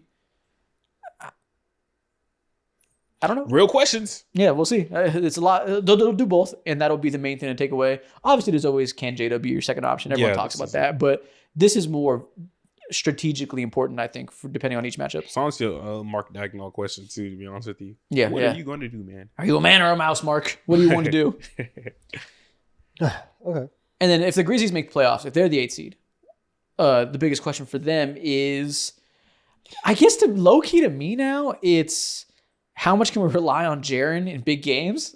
It feels like that's a growing thing. Everyone's noticing that like they lost this playing game to the Golden State Warriors, and a lot was made about Zach Edey's performance in that game. He got put in the Draymond torture chamber a little bit. Draymond was giving him hell as a scorer. Edey 8 on the rebounds, 8 as a drop big. He looked pretty good there. But when he got the ball down low, they swarmed him. Draymond fouled the shit out of him like he always does, got in his face. Edey was missing layups left and right, throwing turnovers at the post. He looked overwhelmed, bro. He did. He is a rookie big man. His first playoff game against the best undersized defender of all time. I'll be so pissed if I was Zach Edey the next morning, bro. Look at head coach and be like, why the fuck would you put me in that position like that? You know that's not my bag. A lot was talked about Edey there. Yeah. Jaren Jackson also didn't perform great. And if he plays against the OKC Thunder and has to deal with J-Dub or Chet or both at the same time, Lou Dort switches, you're going to need him to perform a lot better than he has been as of late since the coaching change. either way, it's. I mean, they're getting blasted. Yeah. I think like Jaren, his offensive development is great. I think for me, it's always going to go back to Ja with the Grizzlies and just how high is the playoff ceiling for him, because we've seen the highs of Ja in the playoffs. We've seen him score, 35, 40 points. We've seen it when he's been able to drive towards the basket, put a lot of pressure on the rim, do all that stuff. And for a team like OKC, who just has perimeter defender after perimeter defender and just so many different bodies that they can throw at Ja, is he going to be able to not only handle that, but thrive and still keep this offense on track and be, Ja Morant? That's going to be the main thing. I'm not necessarily super confident in Jared Jackson's ability to be like number 2 offensive option consistently throughout the playoff series. So that's not really in my mind like that. Mm-hmm. So I think everything that we've seen with the Grizzlies over the last, 25, 30 games since they fired, or it probably hasn't even been like that, but really the entire season since, Taylor Jenkins, his firing, all that stuff, it's very much, where's this team going? Where do you guys want to be? Is Ja going to be the leader of the squad? And that's why I'm looking at Ja and I'm looking at him saying, what are you prepared to do? See, I feel super confident in Ja because the second that the head coach is fired, we see all these crazy inflated stats. Not inflated, I guess that's the wrong way to use it, as if it's fake or whatever. But he's been utilized a lot more, and we see his production like taking an uptick. Yeah, my attention definitely stays on someone like Jaren Jackson Jr. because they need him to win. A lot of Memphis Grizzlies fans would tell you like, yo, he was our best player consistently throughout the entirety of the year. And that's an indictment on who? Regardless of the facts, you are not wrong, but there's zero chance they're going to have any type of success long-term as an organization or franchise if Jaren Jackson Jr. cannot be consistently relied on as that number 2 guy. Him as the best player, second best player, third best player. Hell, it looked like he was like the fucking 4th last night with the way guys like Desmond Bane were playing. He sticks out like a super sore thumb, bro. Yeah, and then for the Mavericks, if they win the playing game tomorrow, I can't be bothered to talk about the Mavericks right now. I'm sorry. It doesn't fucking matter. No, it doesn't fucking matter. It doesn't. And honestly, them winning that game, such an indictment on the Sacramento Kings. It's just like, yo, it tells more about them. You guys were at home, got blasted, and I understand Malik Monk wasn't there. That's fine. There's no reason why you should be going out. They're a good defense, man. The Mavs, they're a good defense. Jason Kidd knows how to do a defensive game plan. I'll give him that. There is no reason why that should be happening. And if that is not but it's also crazy because that's what y'all wanted, right? Right? You wanted to win 41 games. You got to 40. Shout out to you, right? One short. You got to the play-in. You got to be competitive and a chance to compete. And now you have, Bulls West. So congratulations. All right, fuck them. Donovan, do you have the Cavs? I have the eighth seed. Okay, Mo, you have the Cavs. Yes, I do have the Cavs. What is your biggest question mark for the Cavs versus the 8th seed that'll either be the Atlanta Hawks or the Chicago Bulls? Whew, man, I feel so confident. Atlanta Hawks or the Miami Heat. Oops. Yeah. I feel so confident in the Bulls Cleveland Cavaliers. You lied so hard last week on the podcast. I was actually mad for First you. of all, listen. Somebody add me on that. I cannot be asked to give a fuck. I cannot be asked to give a fuck about the Miami Heat versus Bulls. Don't tell me to defend my opinion on the most irrelevant matchup of all time. I don't care. Go back to the Cavs, please. First of all. Listen, first of all, go back to the Cavs. They disappointed me so much. And if you would have told me, hey, Davion Mitchell is not going to miss a shot, like, all right, fine. Like, I guess so. Tyler Hero didn't miss his first 9 shots. I was like, all right, bet. You got Salute. It happens to the player. You got it. I don't care. But back to the goddamn Cavs. Someone who we do care about specifically, I'm looking for Darius Gar. He's been the biggest question for me. If not him, then Evan Mobley. But when it comes to Evan Mobley, I see his value like sticking through and through.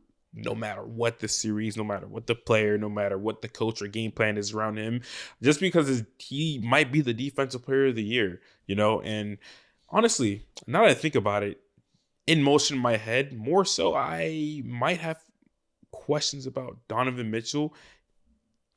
You're saying a bunch of players that don't need to have questions about them. Like, what are you worrying about these players? Garland, Mitchell, Mobley. It's just a bunch of great players that No, are super I reliable. didn't have a question about Mobley. He is like one of the most solidified players in the playoffs in my mind. More so, I'm dicing between someone like Donovan Mitchell and Darius Garland because obviously you've seen Darius throughout what's the best way The to last put 2 it? weeks, he didn't have a strong close to the season. So can he get back to early season play is definitely a question. More so, yeah. Throughout the entirety of the playoffs of his career, like things are just always ongoing with him, and it seems like a consistent trend. And I mean, last year because he was hurt. I don't think yeah, he's exactly. It's not necessarily like an every year he sucks thing.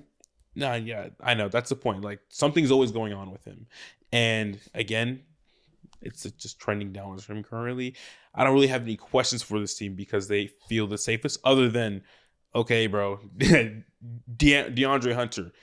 What are you going to do when someone like Evan Mobley has like somewhat of a stinker night? I have questions for the other guys around them because they feel a little bit more spotty than I would like them to. The You don't trust them at all, do you? You don't trust the Cavs as a whole. No, So I every do. player on the I goddamn do. roster. No. Specifically, it's the DeAndre Hunters of the world and also the Max Struses of the world because they are there to be like the fire safety, the fire hydrant for whenever someone like Evan Mobley can only give you like 12, 13 points a night and whatnot. Those two wings in my mind will help propel if they're able to give you like 10, 12 points versus who would they face off against? The Atlanta Hawks or the Heat. Heat. Cool. They're sweeping them, and it's gonna be like 20-point games every single night. Yeah, the best thing they had to figure out in the first round is how they wanted to play that wing group, like you said. Is it going to be a Coro? Is it going to be Strus? Is it going to be Hunter? Is it going to be a combination of all three? Like, who's going to prove to be the hot hand in every given series? I think it's going to be kind of like what we said with the Thunder. It's going to be a lot of time for experimentation against this first round matchup because it's going to be kind of an easy lick. So I really hope Okoro's shot is falling because I feel like that's the one that really excites me for later rounds, that if he can be a consistent part of high minute rotations, I'm hoping that he just is on fire for the playoff series. Yeah, because he's the best defender out of like that entire group, and it's Easily. kind of not close. Yeah, he's the only good defender of that group. Yeah, I mean, Hunter serves a role with his size, but Okoro is only plus defender there, and you're going to need that for the Celtics, I'll tell you that. Yeah, exactly. And then if the Hawks make the playoffs, what's your question with the Atlanta Hawks? I mean, can Trae Young go nuclear? That's kind of it. Can you give me 40 points to end off the but season, like Trae that's Young? but that's also the thing is like that's the question. I think I know the answer to it. No, because Trae Young for the entire year hasn't been a fantastic scorer, and you saw it in the playing game. Like Orlando has a lot of big bodies, and they have a lot of size and length that you could throw at Trae Young, and they are very physical. So for a team like Cleveland, even though that you have two small guards, going into the lane where you have Evan Mobley, you have Jared Allen, and then you have all of those wings that you can deploy, that is a lot of size that you could throw at Trae Young. So I don't think it's going to be easy. And your man was down 25 and was like, "Yeah, I'm off this. Like, I'm getting kicked out." The attitude stuff, I was like, "Yeah, you're finna get kicked out in game 3. Bro. I know how this is gonna go." So like, I'm off the Hawks. Like that, you're gonna need Trae Young to be 2021 Trae Young, and you're actually gonna need him to make shots at a very efficient clip. We haven't seen that over the course of the last 6 to 8 months, but we have seen it against the Cleveland Cavaliers on a consistent basis. Yeah, I'm sure. If there's one team where it's just like not in the playoffs. Yeah, good fucking luck, buddy. Not in the playoff series. And then like if the Heat win, obviously, and we said it over and over again, like throughout his playoff career, but Bam is gonna just have to play at an all-time level, and he's gonna have to play there. And then Tyler Hero obviously like his shot making is gonna have to be there. Him as a driver is gonna be really key because you're gonna have to be able to pull in one of these bigs, create open shots in the corners, because Miami, when they are getting threes above the break, and especially like the last time that they played Cleveland, Tyler Hero wasn't there, but Cleveland, they were able to just stay out on the perimeter and really guard him. The time that Miami had a lot of success was whenever they got some kind of penetration, got the ball to the corner, and started to make offense there. Tyler Hero is going to have to do that. He's going to have to be a very like, I'm using my scoring to be a facilitator. And it's just like, that's fine in theory, but it might not work.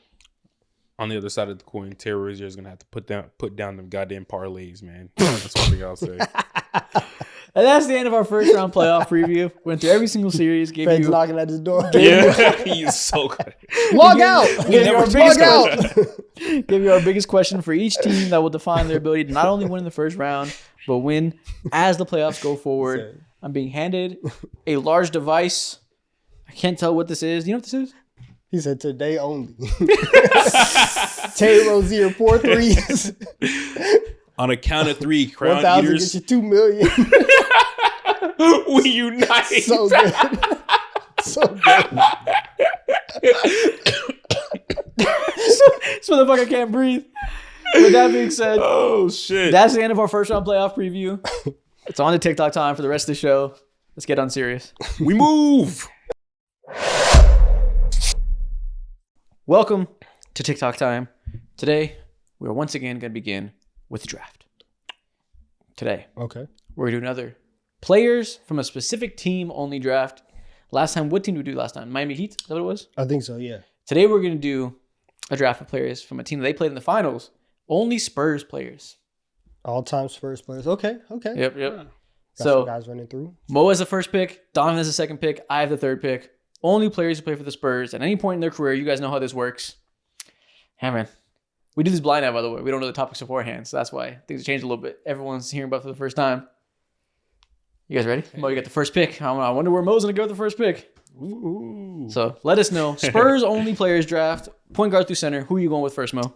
One of my favorite Spurs of all time is Boris Diaw. But Boris, I can't select you today. He said the name. Does that count? Give me Tim Duncan. I said one of my favorite players. He said Come on he now. said the stem. He said the stem. Come on now. Okay.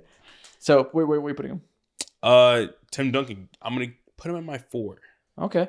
Easy my first 5 pick. maybe. No surprise there. Fucking top 5 player of all time. Yeah. Now it gets interesting, Donovan. You got some strategy you can play here. Who? It is. Several options. It's very interesting, but you know, I'm gonna go with the guy. He's already proven, Okay. right? Already proven. Give me. See, but this sucks because there's a format that I know he's gonna go for and he's gonna get it, but I have to play my game. I can't Okay. worry about him. David Robinson center. Damn it. I didn't think you were gonna do that. Fuck. David Robinson center. Okay. I was sure you were going somewhere else. Okay. So David at center, that makes total sense. First and foremost, I'm going Kawhi Leonard. Okay. That's my easy one, a small forward. Nice. The question is where we're gonna go with the second pick, because there's some options with this team. And I think, listen, you guys got 2 bigs. I gotta match the big man. Give me Victor Wembanyama at center. I can't let him fall. Good stuff. Good stuff. Not a bad pick. I really didn't want to do that, but I have to. I can't let you guys I can't let one of you pair Wemby with those other bigs. That'd be ridiculous. And that is why The Spurs have some players, man. This is a good draft. They really do. I'm going 2 guard, Manu Ginobili. Oh, that's all right. Okay. Okay, cool. Well, you better take this fumble and run with it.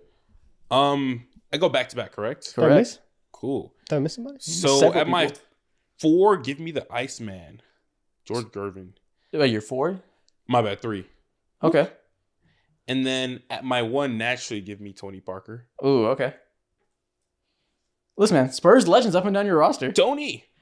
2 scores with Tim Duncan. It's not a bad start. I feel like I'm missing somebody now, but Matt Bonner's right there. I would have went George Gervin if I was you. You said you wouldn't have? I would have over Manu. Oh, yeah. You No, said no. Matt Bonner's right there? no. I'm actually very confident in that pick. I don't think I'm Oh, at okay. all. So Very confident. it's very hard because I feel worse about. I wish he was behind me more than you. Yeah. With this, Your team's pretty small. You look how big our teams are. it is. And I need somebody who's versatile. I'll take Dennis Rodman at the 4. Oh, okay. Oh. Negative spacing, but you got some dog on you. Okay. Interior defense is crazy. It is insane. It is insane. Yeah, I can't believe I got to steal the drafters now. Give me prime Chris Paul at point guard. Nice. So there's Okay. that. Okay. That's who I really thought you should have picked over Manu. I just tried to lie. And then give me a little prime Tracy McGrady at the 2. That's He prepped for this draft. that's No, what I didn't. That's what Brother that's did. what I was hoping. I was hoping T-Mac was gonna come back to me. I think Donovan. I swore you were gonna pick T-Mac. How much you love T-Mac? I thought he was gonna make it back. That's why. Fuck no. That's Damn. why. And how did Chris Paul make it to me? I was prepared to take Derek White. This is tough. This You're is fucked.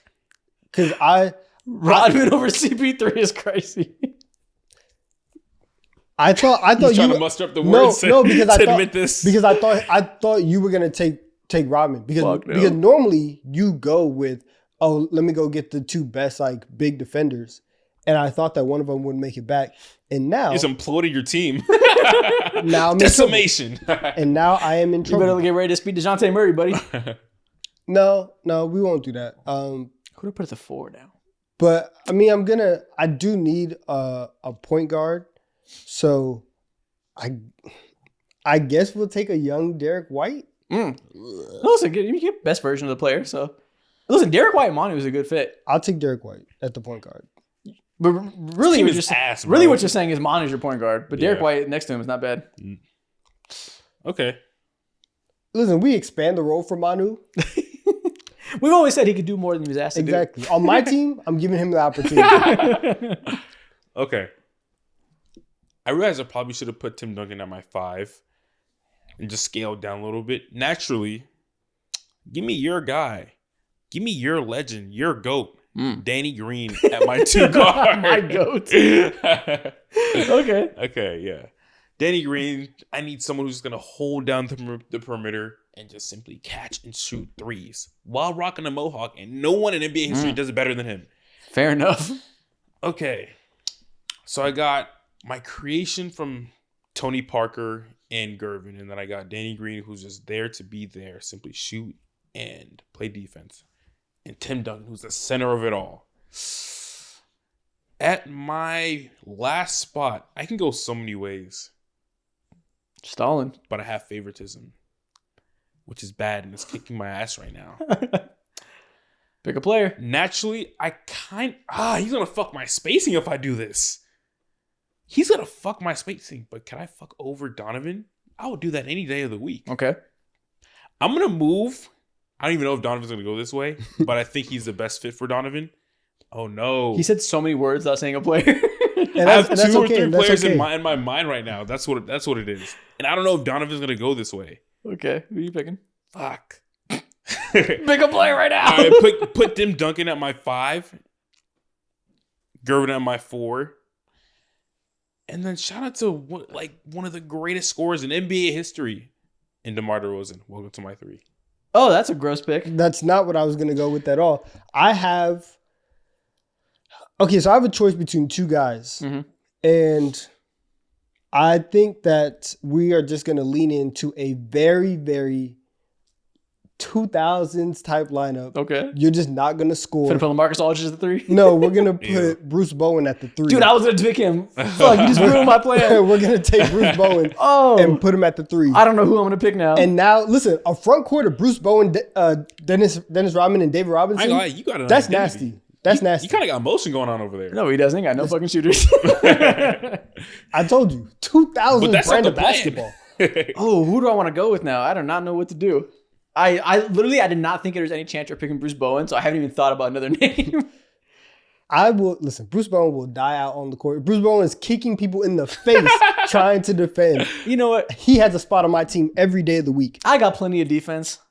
Let's have some fun. Put Boris Diaw next to Wemby. That was my big decision. to big lobs. Let's do it. French Connection. Yeah. That was my decision.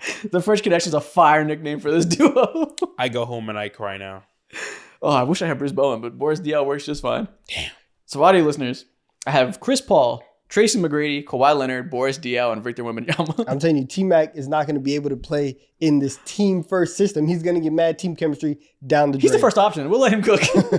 I have Derek White as my point guard, Manu at my 2, Bruce Bowen at the 3, Dennis Rodman at my 4, and David Robinson at my 5. Straight straps. Holy fuck. Derek White's the Hey, one yo. shooter. That is. Why straps today? And finish off, I got Tony Parker at my 1, Danny Green at my 2, 3, I got DeMar DeRozan, 4, I got the Iceman, George Gervin, and 5, TD. I would have liked your team a lot more if you picked Boris Diaw over DeMar DeRozan. Listen, DeMar DeRozan doesn't get his respect, bro. He's one of the top Nah, you should've 25 kept- scorers in NBA history. Bro, I you believe. should have kept Iceman at 3, put Boris at the 4. Yeah. You have 4 mid-range assassins now, and then Danny Green. You can never have too much. You talk about 2000 style basketball. I'm right That here. is. Every one of these drafts evolves into someone doing 2000 style basketball. Every time someone doesn't draft shooters, hey, 2000s basketball. Respect it I know. or die. Simple as that. I'm a historian. Like, Fair enough. Next thing we're going to do, we're going to do a tier list. This is going to be a tier list of the most iconic Boston Celtics player of all time. I went through every single era of Boston Celtics basketball and picked their 3 to 4 most defining players of that era. So I didn't get to everybody. No, I didn't have JoJo White on here. Some other people that Celtics fans are going to be like, where are they? But this is people that I think you go through every decade. You can't tell the story of the Boston Celtics without these guys. okay.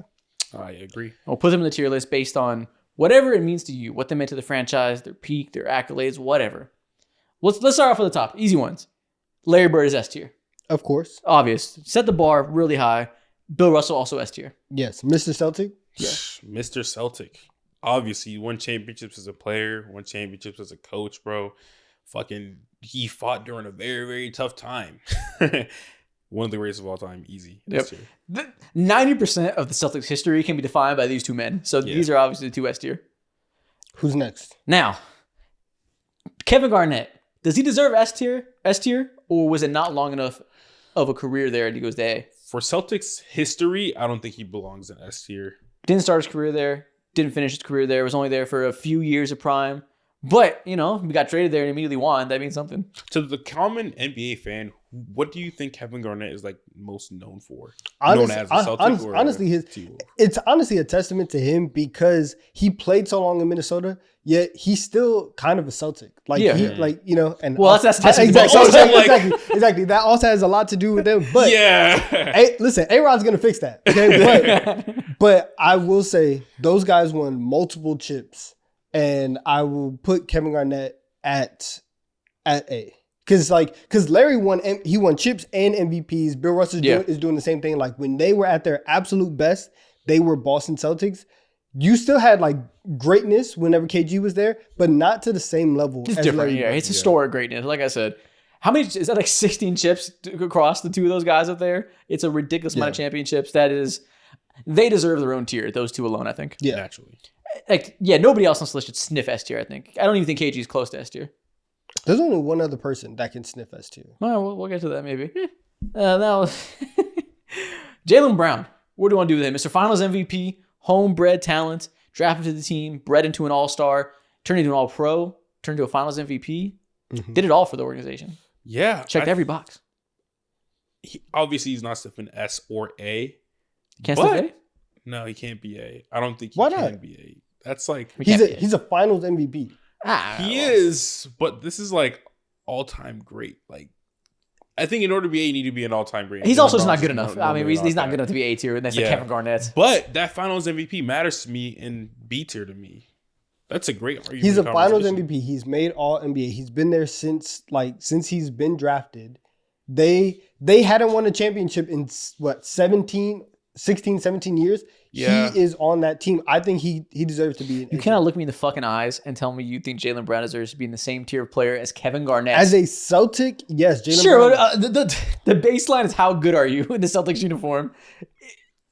Whatever you think about the accolades, they are nowhere close to the gulf and talent difference between Kevin Garnett and Jaylen Brown. This guy's Finals MVP. Like This is he very does that. interesting. All right, don't make me slander this Finals MVP. You're begging me to slander it. Don't make me slander this goddamn you've been- 39% from the field. You've been slandering it from the moment he got it. Don't make me do it again. You love to do. Don't this. make me do it in the Celtics parade video. This is about celebrating, not slandering. You're going to make me do it.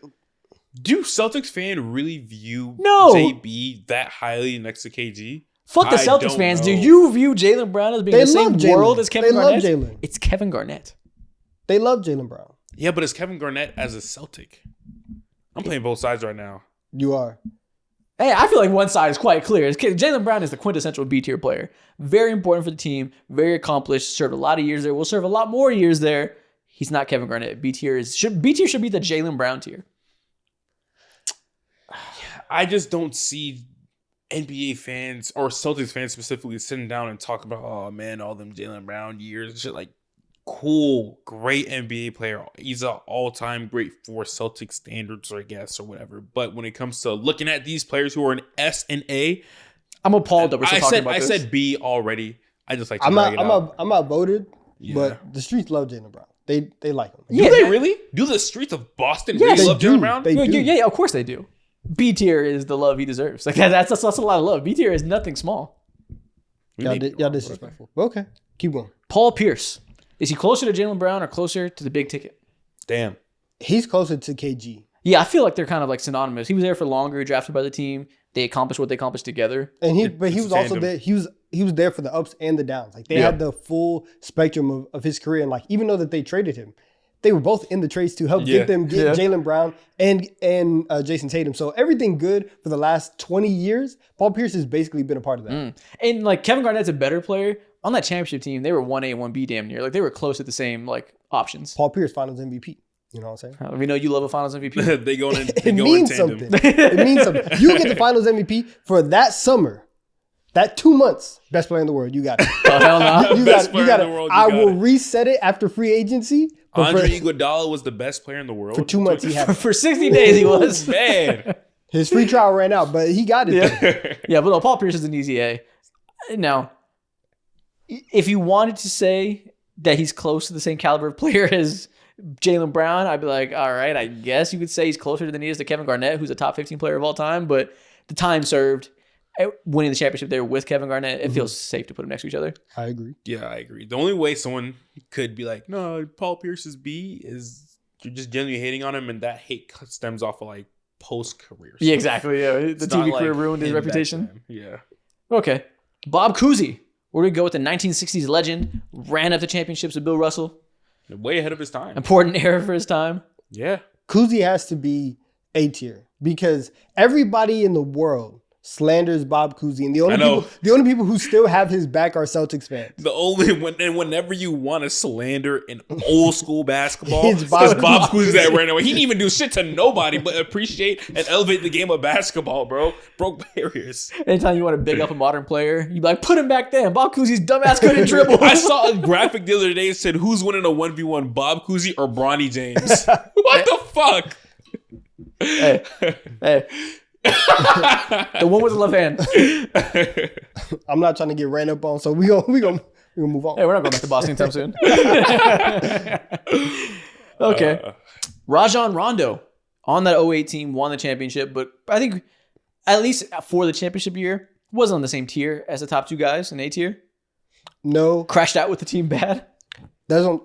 He went and he played for the Lakers. He won a championship against him. You have to get knocked for that. You have to get knocked for that. So I think that he should probably be around C. Yeah.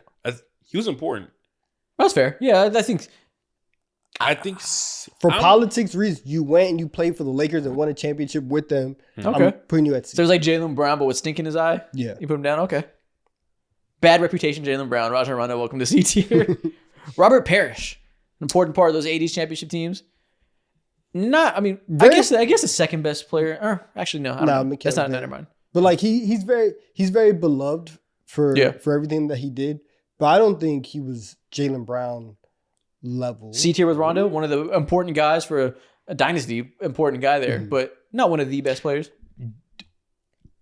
Okay. If we're using this tier list based off of the best players, then sure, yeah. But in terms of love, in my mind, I equate him. Well, okay, this isn't a love tier list. You may say love. This isn't about love. I'm going C tier. I'm gonna go C tier. I'm leaning towards C. But he was there for a long time, though. Yeah. I only say C because I think who I think is B. I think John Havlicek is B, right? I was thinking Havlicek might have to be A. You're right. Is he the leading scorer in Celtics history? He's up there. I think he is. Do you want to go A for John Havlicek? Got the rings, got the accolades, got the longevity. Yeah, he's kind of like one of the. He's actually the leading scorer for the Celtics. That's crazy. I think he is because Larry Bird's back injuries. I think John Havlicek has their most points scored. Wow. I might be wrong though. I might be making this shit out of thin air. So maybe that's not true. But I want to say he does. I'm going A tier for Havlicek. I think like obviously you think of icons and people who played. It is John Havlicek, by the way. Look at me knowing random Celtics facts. Good job. I don't know where I got that from. Okay, Isaiah Thomas. I'm sorry, you had 1 year F tier. What? F tier. No. He had 1 year. But it was the most inspiring year of basketball. I'm sorry. No. He's just not on. You can't claim to fuck with your short level. kings if you're not fucking with the main short king. He's not. He's just not on the level of the other Celtics. Why just give D tier though? It's a moment. He had 1 year where it was like No, not only 1 year. That's disrespectful. where he was peak. Yeah, like 2 years. No, it was 1 year. No, it was 1 year. It was 1 year. It was 1 year. He got hurt at the end of his 1 year. Now, I will say, for the fight that he showed, we can move him to D tier. He was out here playing on a busted hip. Just to show love. They traded his ass, bro, for Kyrie. Yeah, we could put him in D tier. Sure, why not? Why not? Just D tier because we fuck with him. Yeah, he was a 2-time All-Star, bro. He had 2 years. Antoine Walker, Come on, 4-time All-Star. F tier. At least Isaiah Thomas was like MVP candidate on the ballot, right? Antoine Walker was never a part of that. 4-time All-Star. 4-time All-Star. Nice. 4-time All-Star in F tier. He was good. He was okay, but like they're not winning. They're not doing serious winning. And like when No, it was the worst era of Celtics history. It's not great. I put him on here just because, 2000s did exist, but it was the worst era of Celtics history. It was a very, by him very and dark Paul time. Pierce. He was there. He made All-Star teams. I mean, that means something. But it's the only decade. Actually, no, they won 2008. But I think there was a 10-year stretch they didn't win.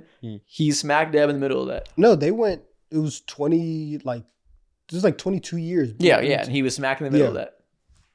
Ray Allen, what do you want to do with him? Ray Allen's better than Rajon Rondo for that championship team, but didn't put as many years in of being peak. Like Rondo, I think Rondo had a little bit more of a stretch with them than Ray Allen did because Ray Allen came and then he left. Exactly. Heat. Politics. You left to go to the enemy at the time when we're out here beefing, warring with them. You have to get dropped. So wherever you guys can decide, but wherever you guys say, he's a tier below. He's a tier below. So, I mean, are we just put him next to Rondo? That's just the traitor tier? They're still continuously beefing, too. Let's put Robert Parrish up to B tier. Ray Allen goes to C. This is the traitors tier. Good. Rename that. Okay. That's for the switch bitches, the traitors. Okay, I know this. I know Celtics fans are happy with that one, probably. Yeah, there you go. Yeah, Robert Parrish probably deserves to be in B anyway, just off of just vibes of being that dude. That's fair. Okay. Oh, Paul Pierce on here twice back tonight. Kevin McHale. Now, the A tier's getting crowded, but he's Kevin McHale. They've had a lot of A-tier players. He's the greatest sixth man of all time. They've had a lot of success. It would be very, very weird if we put Kevin McHale in B tier. He has to be in A tier. Yeah, the greatest sixth man of all time. There was years where he elevated past that role and was their second best player, averaging career highs when Larry Bird needed the help there because the back was going. Yeah, A tier, right? Y'all spoke facts for me. He belongs in A tier. This might be one of the greatest organization of all time. A tier deserves to look like this. That's a crowded ass A tier. Yeah, Celtics, man. It's just what happens when you have the most championships. Okay. Al Horford. This is an interesting one because 2 stretches of his career here, got the team a championship. Probably one of the most important role players for shepherding in this new era and allowing the young guys to really have what they need to win at the highest level. I think he might be higher than people think. Is he next to Jaylen Brown? He's very important to what they do. Extremely. And when he retires, you look back, he'll be looked back as one of the most fond role players, I think. He's definitely okay. And he had All-Star years too, though. He's not just a role player. The early years, he was an All-Star. With the Celtics, he was an All-Star? Yeah. He signed with them he was their first All-Star acquisition in so long. He gave them new life after that 08 team kind of dispelled and did the little small rebuild. Him coming brought them back to relevancy. He chose them in free agency. We got to go B tier. I'm going to be listen. Some of that Hawks fan was getting to me right now. Right after you said he chose them in free agency, I'm growling. I think he's all intangibles. He's the man of the house for this young team. I feel like he deserves B tier. If you listen to the way Jason Tatum talks about his relationship with Al Horford, it's he's one of the most important Celtics. He's this motherfucker taught me how to More shave. important than Jaylen Brown? Equal to Jaylen Brown, I think. Or equal He's to up Jaylen there. Brown. Okay. Yeah, I think they're both equally integral to last year's championship team. Okay. You can't do without either of them. Last but not least, save the fun one for last. Where do we go with Jason Tatum? Best player on the championship team, first team All-NBA multiple years, drafted by the team, gotten better year by year with the team, took them to a championship as a best player. He belongs in A tier. He's on the podium. He's on podium. He's top 3. He's S. He's S? I think Jason Tatum. I understand. Now listen, I've been weighing the finals. Yo, Donovan said Jason Tatum is I've been the biggest hater in the world? I've been saying that the finals MVP matters. I understand that Jason Tatum doesn't have that. But for somebody who is homegrown, won a championship with them, as consistent as can be, he plays all the time. He has mad first team all NBA. Yeah, well, am I being trolled? This is Listen, I don't even disagree. He's you real, are holy such fuck. you are such an outrageous Jason Tatum hater that I won't even argue with you. If you want to give him S, this is a point of development for you that I'm willing to just let you have this because it's so you're I'm changed. going S tier. You've I'm going S changed. tier. You thought a positive thought. You gotta respect him, man. You really do. His body. Round of applause for body of work is Donovan's crazy. move, man. Oh my God. Congratulations. We thought we'd never see it. Holy Clap it up for shit. character development. Clap it up for respecting the anomaly. Okay. That's crazy. Listen, I mean, sure. Fuck it. Why not? If you want to give him that credit, I'll give him that credit. I think there's a world in which Jason Tatum ends up a top 40 player of all time if he keeps racking up the accolades like he has. Yeah. That's within reach. He might get multiple chips. He might play his whole goddamn career there, give him 10 years of excellency, just being rock steady, being the guy that defines this era. He defines this era more than Kevin Garnett did. Well, Kevin Garnett's a way better player. Wasn't drafted there, didn't stay quite as long. So if you want to offset that and say Jason Tatum is that much more integral to the history of the Boston Celtics, Yeah. sure. You guys would have been left for dead if he didn't come out the way he did. Exactly. And Genuinely. because even after KG's chip, there's still, again, 16 years where you're not getting a title. Jason Tatum is one of the biggest reasons why they have that. And for the Celtics, everything is defined by championships. Like how one, can you get a championship, and then how many can you get? Jason Tatum is in prime position to do both of those for multiple years. He has to be S tier. He has to be he legit has to be thought of as one of the best Celtics of all time. Whew. Look at that. Don't ever call us Tatum haters. I think someone called us the Tatum Hate 3. I saw that comment a lot, which is funny. 3. Don't ever call us that again because the That's biggest kind one of up hard, here- though. I'm not going to lie. Keep calling us. I'm just kidding. Now, mind you, if Tatum comes out here and shoots 10 to 26, I will be back. But For now, we're respecting the anomaly. Okay. And there we are. This is our full Celtics tier list. I like it. It's actually not bad.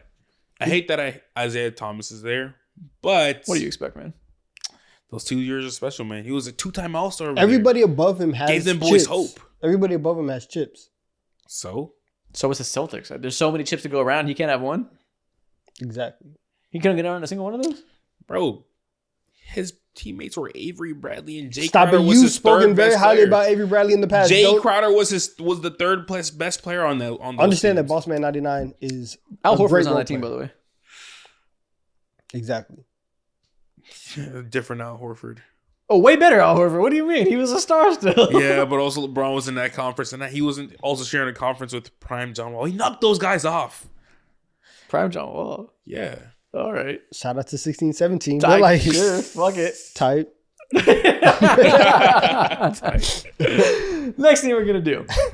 I'm going to show you 2 NBA player stat lines from this season. You have to blindly tell me which one is a better player. Just off of their stat lines from this year, who you think is the better player. Just making assumptions. Okay, let's do it. I have a feeling you guys will do poorly on this. I don't trust your guys' No, blind I stats. Guarantee I mean, know you're every setting this single up. stat. I'm Let's really do not. it. Like, you guys, we'll see. First up, player A or player B? Player A is a higher volume scorer. Player B is more efficient. Okay, so player A has 24 points, 5 boards, 5 assists, or 6 boards, 5 assists, a steal, 30% 3-point shooter is kind of nasty. Don't care.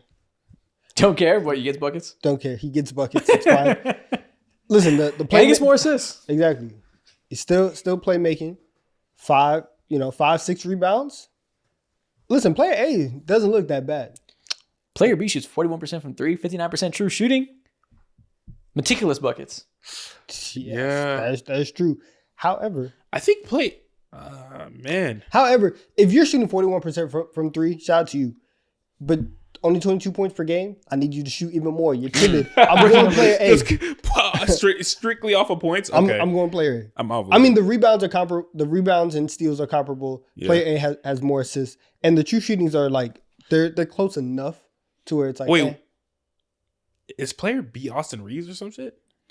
Player B is Kawhi Leonard, and player A is Franz Wagner. Yeah, man. Kill him with hammers.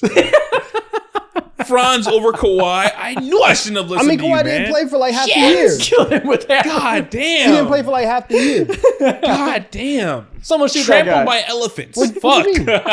They both missed like half the year. Jumped by chimpanzees. Get out of my face. The Inglourious Bastards meme. Shoot that guy. Yeah, man. Listen, man. Franz Wagner's stat line was he put up some numbers. There was this a year. time. Listen, there was a time this season where we were like, "Hey, he's hooping. He's out here." And then guess what? Hey, Oblique. that 30% from three is loud. I'll say that. Very loud, but okay. Man, it's all right. Okay. Player A or player B, both around the same scoring levels. One is a lot more efficient. Who are we going with? Why, in this case, would we not go with player B? Are we being set up? Is there defense that we're not being? You tell me. Just, Defense can't be accounted for in these types of stats. That's what I'm saying. But everything, like if you are really tripping off the 0.8 points per game, hey, you say buckets matter. You might that's, be. That's about a bucket a game. 0.8, That's half a bucket. Yeah. player B shoots better all around. And Why are we not looks taking like player the B? better playmaker, too. Why I are we think not I'm going to taking lean player towards B? player B. Really no silver linings. It's clear as day, right? Again, I told you we're being set up, but reveal it. Player I B knew it is was Austin Austin Reeves, Reeves. and Yup. player A is Jalen Green. There we go. Easy. Easy. Yeah, we got that. One of the best shooting guards in the NBA. You're welcome. You're welcome. And Jalen Green. We're pushing your agenda forward. I get it. I know. Let's just keep it short. Hey, then all I'm doing is presenting information. Next slide. All I do is present the facts. Player A or player B, both 24 point per game scores, both the same true shooting. Who is the better player? These are both Listen, you said Wow. that 30% from three is loud. 28% is obnoxiously loud. We'll go with player A. Screams. 28 from three. Man, 28 from three is disgusting. Who the hell is this? Yeah, There's two I can't- players putting I up these can't- type of numbers? Listen, 30, that's the limit. I can't see a 2 next to your 3-point shooting. Give me player A. One of them's AD. Very similar numbers. Player B is AD. Player Yeah. A is Victor Wembanyama. Hey, listen. Disgusting. Agendas are being pushed. He's disgusting. Agendas are being pushed. Oh my I'm gosh. surprised. The 3.8 blocks gave it away immediately. That was Yeah. clearly Wemby. Who Yeah. else in NBA history can get 3.8 blocks and 35% from three? So we'll be Nobody. sad. Nobody. Okay. That was fair. I mean, it's not that crazy at this point, if you want to say. Especially, I mean, AD also got injured. Listen, we're going to get that DVT cleared up. We're coming for the league. We're coming for the league. Belt is his. Next up, player A or player B? Ooh, man. Player B is a better playmaker, a little bit more efficient, only 14.6 points per game. You know, good shooter, but not a volume 14, scorer. 8, and 7. They be doing everything. Oh, yeah, 8 rebounds. I didn't even realize that. Everything. Damn, They shoot okay. better. They shoot better from three, have a higher true shooting. Steals all right. I mean, he stuffs the stat sheet. Yeah. He's everywhere. Damn. I guess we just have to go with player B. Player B is obviously the better player. Versatile. All right, Donovan, I guess take the cake home from me. Lead me to the promised land. Player B is Josh Giddey and player A is Paul George. Listen, this year, that is correct. Listen, they're both going to get max contract. Which one would you rather give it to? It's trash versus garbage again. Oh, man. It's rough. I guess you were right, though. I was right. This season. Yeah. This year, I guess so. Who's a better asset, Josh Giddey or Paul George? Is Podcast P channel a part of the deal? Nope. He's not even doing it anymore. You're right. Yep. Josh Giddey. Damn. How the mighty have fallen. Next up, who is a better player here? Ooh, I know. Don't say nothing. 25 versus 18. I don't care. Give me the points. Give me the buckets. Oh my god. He's so nasty. That was a crazy laugh, by the way. You're so nasty. I don't care. He said, I don't even So you don't care about 54% true shooting to 62? You Shut up, 62, nerd. wow. No, okay. I'll don't take care the about points. 9.2 assists a game? I don't care. Give me Tyrese Halliburton over Cade Cunningham. Oh, that's LaMelo. Ooh, yeah. Tyrese LaMelo easy. Ball player. Yeah, you put LaMelo Yeah, you're over disgusting. Tyrese. That's his brain right there. I'm getting highlights off, man. Give me Tyrese. Yeah, I don't care. Oh, man. We know you don't. Tyrese is so much better. Next up, which player is better? Let's see. 28, 8, Two and high 7. volume scorers, both a little bit above average true shooting percentage, both some good passers. 37% from three. Pretty solid. Pretty solid. 28, 8, and 6. I think I'm going to go with the 28 and near 8 assists I think I'm going to go towards. with a better 3-point percentage. Yeah. And more steals. I'm really not tripping off of. Is that a 0.5 gold comb? rebounds. It's fake. I'm not tripping off of 0.5 rebounds a game. I think I'm gonna go with player B. One of them is Luka. You know that? Is one of them Luka and LeBron? No, it's not LeBron. LeBron averaged 24 this You year. guys want player B? Oh, true. You're right. Yeah, player B. Player B is Luka Doncic. Player A is Jason Tatum. Some might say it's Jason Tatum's best year of his career and Luka Doncic's worst year of his career. Yeah, just eat. Again, these don't take into account defense. Oh, didn't want to hear that. You picked Luka already. Next one. Player A versus player B. 40% from the field, from three. Sharpshooter. Does that move you? It moves me a lot. Okay. 62% true shooting. 9 assists on the other side. Efficient. Crazy. 9 assists is insane. 26 and 9. 36% Engine. from the 3-point line too.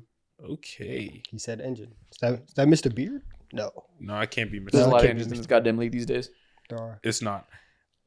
Though 40% from 3 and 62% true shooting moves me a lot though. Moves me. It's a lot. extremely efficient. Yeah, with 6 assists. I'm leaning towards player A. I feel confident with him.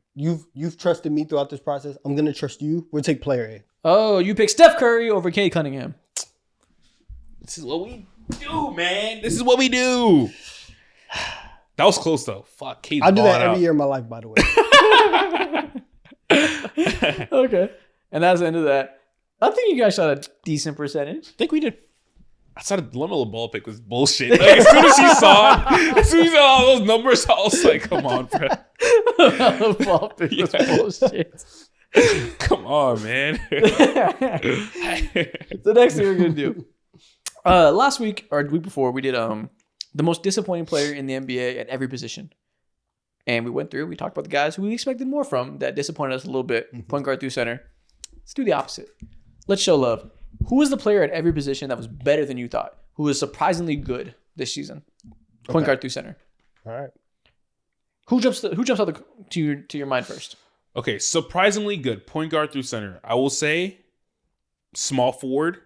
Get that out the way. Denny Avdija. Dude, that's exactly what I wrote down. It is 100% Denny. Yeah. Without a doubt. I didn't think he was going to be one of the best drivers in the NBA just immediately. Yeah. Okay. At the 5, we got to go Zubac. Zubac, Yep. precisely. We got to go Yep. Zubac. One of the top 5 center in the NBA after being a role player for his whole career.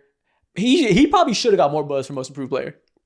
Honestly, if that was your pick, I would have been like, all right, you got it. And it would have been 100% deserved. Best defensive rebounder in the NBA. Great post scorer. Great rim protector.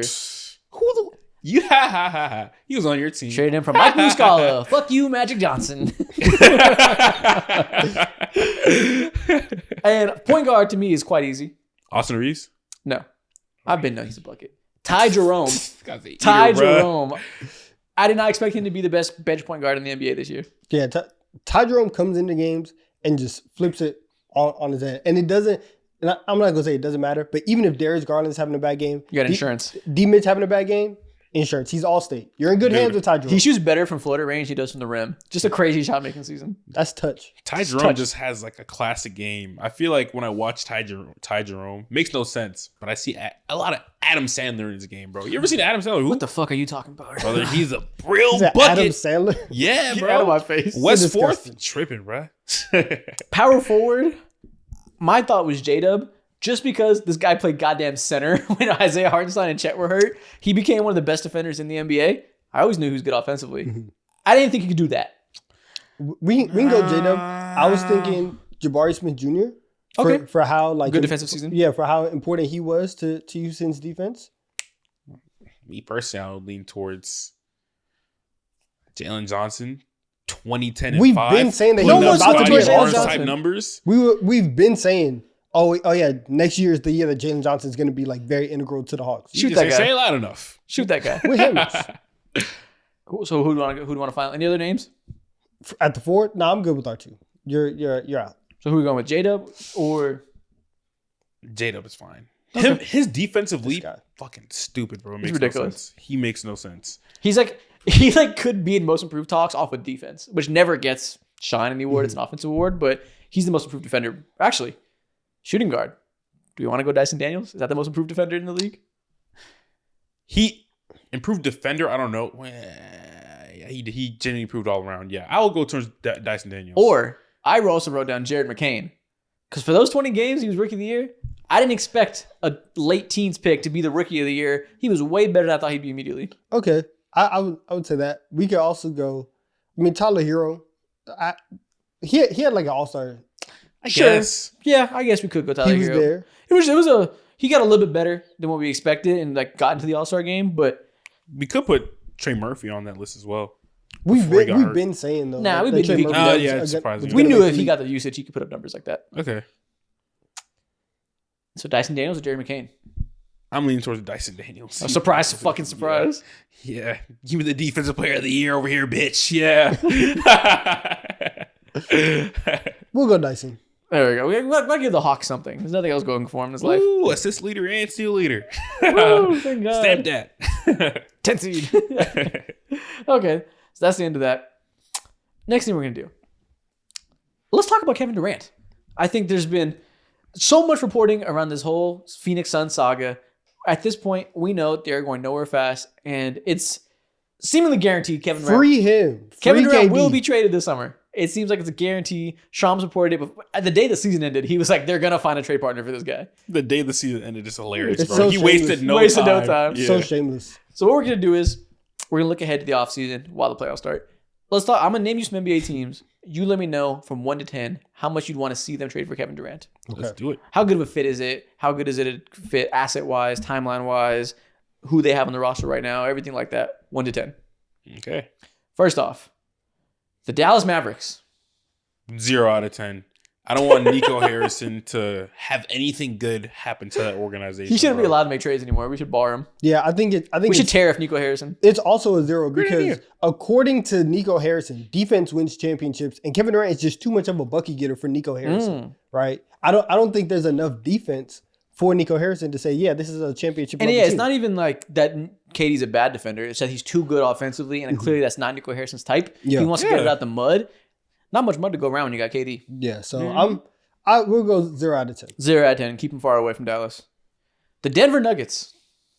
Who are you giving up is the big question. Michael Porter Jr. and whatever else they want. It could be MPJ. And I'm looking AG. giving this like a 7. They did something. They fired their head coach. Come on, man. I think they might lose in the first round. We'll see. If they go out sad in the playoffs again, they got to mix something up. Kevin Durant feels like their version of the Damian Lillard trade. And you know what? I'm okay with that. The more that you can say we have Jokic, and as much of a playoff riser as Jamal Murray has been, if you can get some more buffer in Yeah. between there, in between Jokic and Jamal Murray, yes, I'll take Kevin Durant. I'll go like a 6 because I think that they might have to give up a little bit too much, and you're going to be relying even more on that bench, which hasn't really been reliable. The for only them. thing that scares me is KD's injury history when it comes to this. Outside of that, basketball reasons, I don't give a flying fuck. Give me the best player in the world alongside KD in a heartbeat. I'm It- rating this like a 9. That'd be such a good fit. It'd be Dude. disgusting. Fuck Jamal Murray. Like I would be so eager to trade Jamal Murray after I get someone like KD on my team. Your services. Now are not needed. you have to have a point guard. But yeah, I don't know about eager, but yeah, you could if you had to trade Jamal Murray to get him, you could live with it. Maybe. I don't know. Russ full-time starter. Oh, good All lord. right. Never mind. Abort. The Minnesota Timberwolves. Please, they need this. This is what I want, bro. This is They why need they this. traded for Karl Anthony Towns. I got a theory for you. During Team USA over the past summer, of course, he was with KD and all the boys. A lot of things happened during that time. There's a lot of camaraderie building. Do you really think Anthony Edwards would go to his front office and be like, yo, bro, I got something for you? KD said he want to be on my team next after Phoenix implodes. Mind you, Devin Booker was also there in the room. And KD was like, yes, I will request a trade and make it happen. And this is why they traded for Karl Anthony Towns or traded away Karl Anthony Towns. I give this a 10 out of 10. I need to see it. I would love this. I'm going 10 out of 10 out of fit. I don't know if your theory is correct. However, I would like to believe it, so I will. Yeah. But yeah, I'm going 10 out of 10. It would be a perfect fit. Yeah. Kevin Durant just watches his best shooting guard in the league get lapped by this best shooting guard in the league. Jump ship again. Makes sense. Fits everybody's motives. I would love to see it. The basketball fit would be delicious. It'd be amazing. Yes. Delicious. He said, when he watches, wow. It would be a great fit. Hey, listen, Julius Randle, get ready to speak Arizona after you opt in. You and Devin Booker are going to go crazy next year. Oh, man. Damn, Devin. He's so in the blender. Holy Devin, fuck. Bradley Beal, Julius Randle, we're running it up, getting 42 wins. I don't even know if that's possible. We're going to make it happen with their 4th head coach in 3 years. Oh, that's so disgusting. The Los Angeles Lakers. Stop that, man. Stop it. This is tomfoolery. This is the greed that they talk about in the Bible. Exactly. You understand? You just got Luka. I don't even want this. Why are you yelling at me? What more do you want? Why are you yelling at me? I didn't even say I want him. Because you clearly want this. I don't want this at all. 0 out of 10. How about that? Get this off of my screen. I bro. don't even want to see it. Please get it off of my screen. What would you even trade for? LeBron. KD? Everything besides the top 3 guys. Nah, Get the fuck out. This is the issue. Everything besides the top 3 guys. What the fuck do you expect? I'm going to trade LeBron? What do said you want? Do you think that Rui and a pick is going to get you KD? I don't want You Kevin probably Durant. think Gabe Vincent and pick get him KD. Why am I being attacked? I don't want Kevin Durant. The Pacers. Do you want to see KD play with Halliburton? This will be fun. I think it'll lead them to, again, nowhere. But they'll be taken more seriously as a team. I will say for sure. Yes, it would sell more tickets.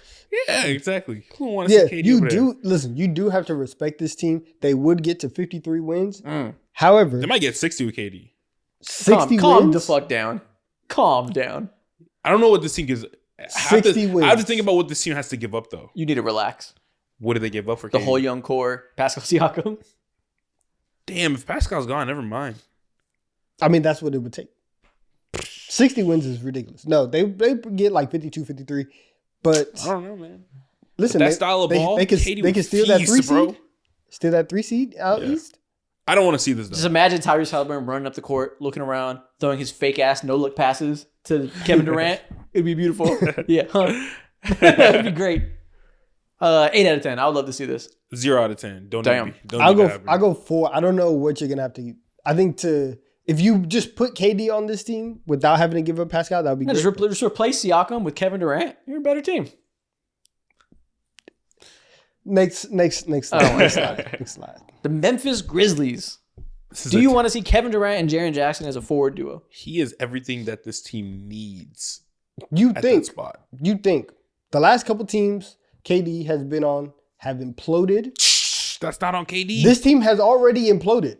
So we're past that step. Bradley Beal's Okay, you're so we're cooking. past that step. You get KD. Okay. He's just in there just trying to hoop. You fooled me. That's I'm all. on That's all he you. wants. I would love this. Bradley Beal, not walking through those doors. Matt Ishbia, not walking through those doors. James Jones, not walking through those doors. It would go better here. This is the young team that needs him. It would be a perfect fit. Your team would be huge. It'd be long. It'd be lengthy. It'd be everything that's good. Would he vibe with Ja? Could he calm down Ja? Calm down. No. Is he going to provide good mentorship to Ja? Fuck no. But they vibe I together. need him to put his arm around Ja. Come here, young fella. No. I think that's the last thing Kevin Durant wants to do. But I think it would work well on court. Just imagine the length if you had Edie, Jaren, and Kevin Durant 3 through 5. Or all you can think about is length. That's so crazy. They're just slot boxing. Just imagine that. It'd be crazy. Low key, this might be my favorite. What do they destination give for up? What do they give up? him. Salary and Desmond Bain? yeah, I think Desmond Bain probably has to be the salary. R.I.P. Desmond Bain's a hooper, though. Oh shit, my mic's gonna fall off. Yeah, it'd be Desmond Bain and then young players like Gigi Jackson Okay. and picks. You know, they have some picks to trade. Yeah, I Honestly. just realized the KD trade package is going to be pretty weak. This would be a strong one though. It would be This could one be. of the skinniest teams in the league. Without Desmond Bain, I don't know. You're losing a lot of swollenness. You are. They have to get into the weight room. It don't matter, bro. With Start the drinking amount of that mass aura- gainer. The amount of aura that this team would just be farming is insane. You can imagine seeing KD do the grenade celebration, bro. Ooh! Okay. Oh, easy money sniper. They would get on the ground. Oh shoot. shit! Hey! It'd be perfect. Adam Hey, he Silver might give Josh some bad Yeah, habits. no, Adam Silver might call helicopters to the arena, bro, for that one. The Miami Heat. Stop it. Hell no, Stop they don't it. deserve anything good, bro. They don't deserve anything Damn. good. You don't want to see him save this organization? He would not save it. Damn. He would not save it. This Shit. team, what? They are the 10 seed. Welcome to the 9 seed. Damn. This is ruined basketball. No. Ruined basketball. I'm lying. I just don't want anything happen. It's so getting crazy there. that they're starting Alec Burks in 2025. Like, it's wild. Hey, don't talk crazy about Alec Burks like he ain't saved your ass No, plenty he of was times hooping. before. He was hooping. I will not tell you Alec Burks Keyword. disrespect. What's the keyword? Was. Thank you. Damn. Past Old days. tense. The Houston Rockets, the one everybody wants to see him go to. Do you guys like this destination? No, because it will make them too good. Kevin Durant is exactly what they need. All year, we've just been talking about, listen, they don't have anybody who can go get you a bucket, right, when it's crunch time. Who are you going to throw the ball to? Kevin Durant solves that problem effortlessly. I think Kevin Durant invented late game buckets. That's all he wants. If you're telling me that you can upgrade from Fred VanVleet step back threes to win a game to Kevin Durant hezzy tween pull-up jumpers, oh my goodness. What's the package? Well, Jalen Green's for sure. Like, he's so gone. Yeah, you out of here. You good. Jalen Green, Cam Whitmore, 2 first-round picks. What if they ask for a men back? Because obviously, Then go fuck yourself, Phoenix. Get out of my goddamn face. That's not happening. It's not. wow. I'm almost like mad at James Jones because you put that idea in my head. Like the audacity is crazy. Hey, man, whatever it it's takes. value. Okay. Whatever it takes outside of a men. Okay. Don't they? Who has the Phoenix Suns pick right now? Is it them? I don't even know. But you know what I do know? You might have the Suns pick. They be giving, all I know, giving them all I motherfuckers know out. is that Kevin Durant would fit here perfectly. I'm going 10 out of 10. Okay. And Houston has all the pieces to go make a trade and still have a very deep and well-balanced team. Okay. There we go. The Detroit Pistons. Ooh. This would be crazy. This would be crazy. K Cunningham and KD. It's a lot of aura. They've understand. It's a deadly 1-2 punch. Shout out to Detroit, right? They've played well. You're still relying on Malik Beasley and Tim Hardaway Jr. and Tobias Harris. Imagine going from those three to Kevin Durant. 10 out of 10. See, he said this, but also, can you imagine going from Devin Booker, Bradley Beal to Kevin Durant? Is he going to leave an impact like that for real? Yes. What are you talking about? I'm lying. I want to see it happen 10 out of 10 times. Man, you This got is Sarr honestly one of my favorite Thompson. ones. You have that defensive infrastructure with some good wings. Maybe Ron Holm. Oh, never mind. Maybe Ron Holm would be in the trade. But you have a Sarr Thompson to give you some athleticism there next to Kevin Durant, who's getting a little older. You got an athletic big in Jalen Duren, the playmaker in Cade Cunningham. You kind of fit every single archetype box you want to see next to a scorer like KD. This is what I need. This is what I need. 10 out of 10? Yeah, 10 out the of 10. scoring duties off of Cade, easy. Listen, 10 out of 10. Jaden Ivey, you're going to love it playing next to Devin Booker. Yeah. It's going to be great. Hey, man. Scottsdale's low-key lit. So I forgot Jaden Ivey existed, man. That's so crazy. Listen, if they make the finals, so come back. Start playing that golf out there in Phoenix. The Boston Celtics. Man. Hell nah. You don't want to see them trade Drew Holiday and KP for Kevin Apparently, Durant? they almost made this happen a couple years ago. It could be on the table. You know, the luxury tax bill is getting higher. You could shed KP salary, shed Drew Holiday, bring in Kevin Durant. Why would I want to see the bad guys get better? I don't know. You said you've been talking about how Kevin Durant doesn't get it done anymore, and maybe that's a way to sabotage him. From the inside out. That's crazy. Ruin their depth. Yo, you're cooking. What? This is a different type of evil. Kind of right like here. that. Even then, the potential's too much. I can't stand it. 0 out of 10. Tatum, Jalen Brown, Kevin Durant would be the greatest wing trio the NBA has ever seen and ever will see. That'd be You ridiculous. think Katie would enjoy being coached by Joe Mazzulla though? He'd be like, "Yo, coach, you tripping?" Yeah, He he'd might be like, love you're it. doing He way would too much. hate him, bro. What you mean I'm finna die after I? He's like, bro, it's just Bruh. ball. Like, Yeah. Exactly. Oh my god. God damn. Joe bro. Mazzulla was like punching bricks after a loss. He's He like, might like that though. He might like that. KD was crying over how much he loves basketball. I think he would respect that much intensity from Joe. yeah, Mazzulla. but like KD loves basketball. Joe Mazzulla loves the sweet pain of loss. It's a Yeah, little different. he's like tormented. He Katie's loves super chill. Yeah, Joe Mazzulla loves like the sweet release of death and likes to like microdose that every loss. Yeah, bro. It's a little bit different. I mean, they could both microdose and then they'll be fine. I'm good. And that's the end of that. Last thing we got today. This is a fun one. I'm going to name an NBA lineup today, a current team, and I'm going to name a past player that used to play for this team. You let me know if that player could start on the team today. Okay. If they came back to their previous team. So first off, could 2012 Rajon Rondo start on today's Celtics? Did 2012 Rondo shoot 38% from 3? I fucking doubt it. Hell fucking So no. he cannot start on this team. All right, all they care about is volume 3-point shooters. He can't do it. But I mean, that shit wouldn't make sense for him to start here. Simply because he relieves all the playmaking duties. Do they want to play like that? I don't know, but it wouldn't hurt the. It wouldn't. He can't completely cook the shoot. product. You're not starting. If KP You could is be on there- the team. You could be on the team. Yeah. You can't start. It's not a Joe Mazzulla player. It's not. Are you sure someone like Rondo isn't a Joe Mazzulla? Well, player? mentally, they're on the same wavelength. Yeah. But I think Joe Mazzulla loves They're- that 5-out spacing. They would be in the locker room headbutting each other. Just, I just imagine it. So I'm saying no. keep starting Derek White. Yeah. Yeah, I would I start. mean, Derek White for wouldn't be sake the of- one to go. They It won would an be NBA Drew championship Holiday, though. already. Why mess it up? I'm starting Derek White. Okay. 2015 Kevin Love on the Cavs. Would you listen? This is basically like Your spacing fixed. Dylan Windler on steroids. That is ridiculous. What the fuck? Am I wrong? This is a star. So you're swapping out Jared Allen Yeah, for listen. Kevin Love, put Mobley at the 5. Yeah, maybe you want to go away from the 2 non-shooters thing. Or- Nah, give me the defense. Give me the defense. Yeah, it's too much. yeah. It's too many liabilities if you have Garland, Mitchell, 2 small guards with Strus right there, and Kevin Love. Evan Mobley is fighting for his life. Oh yeah, true. He's Exactly, He's gonna win a DPOY if he keeps him top 10 defense. Kevin Love, I love his game. One of the greatest Cavs of all time, but he got to go. Damn, that's for sure. You're gonna pick him. 2011 Amari Stoudemire on today's Knicks. Nah, Ew. bro. Mm-mm. You don't want to pair a rim roller like that next to Cat? No. It'll be fun offensively. Yeah, Fun as fuck. You don't want to replace offensively. Josh Hart with Amari? I don't think you understand. Okay.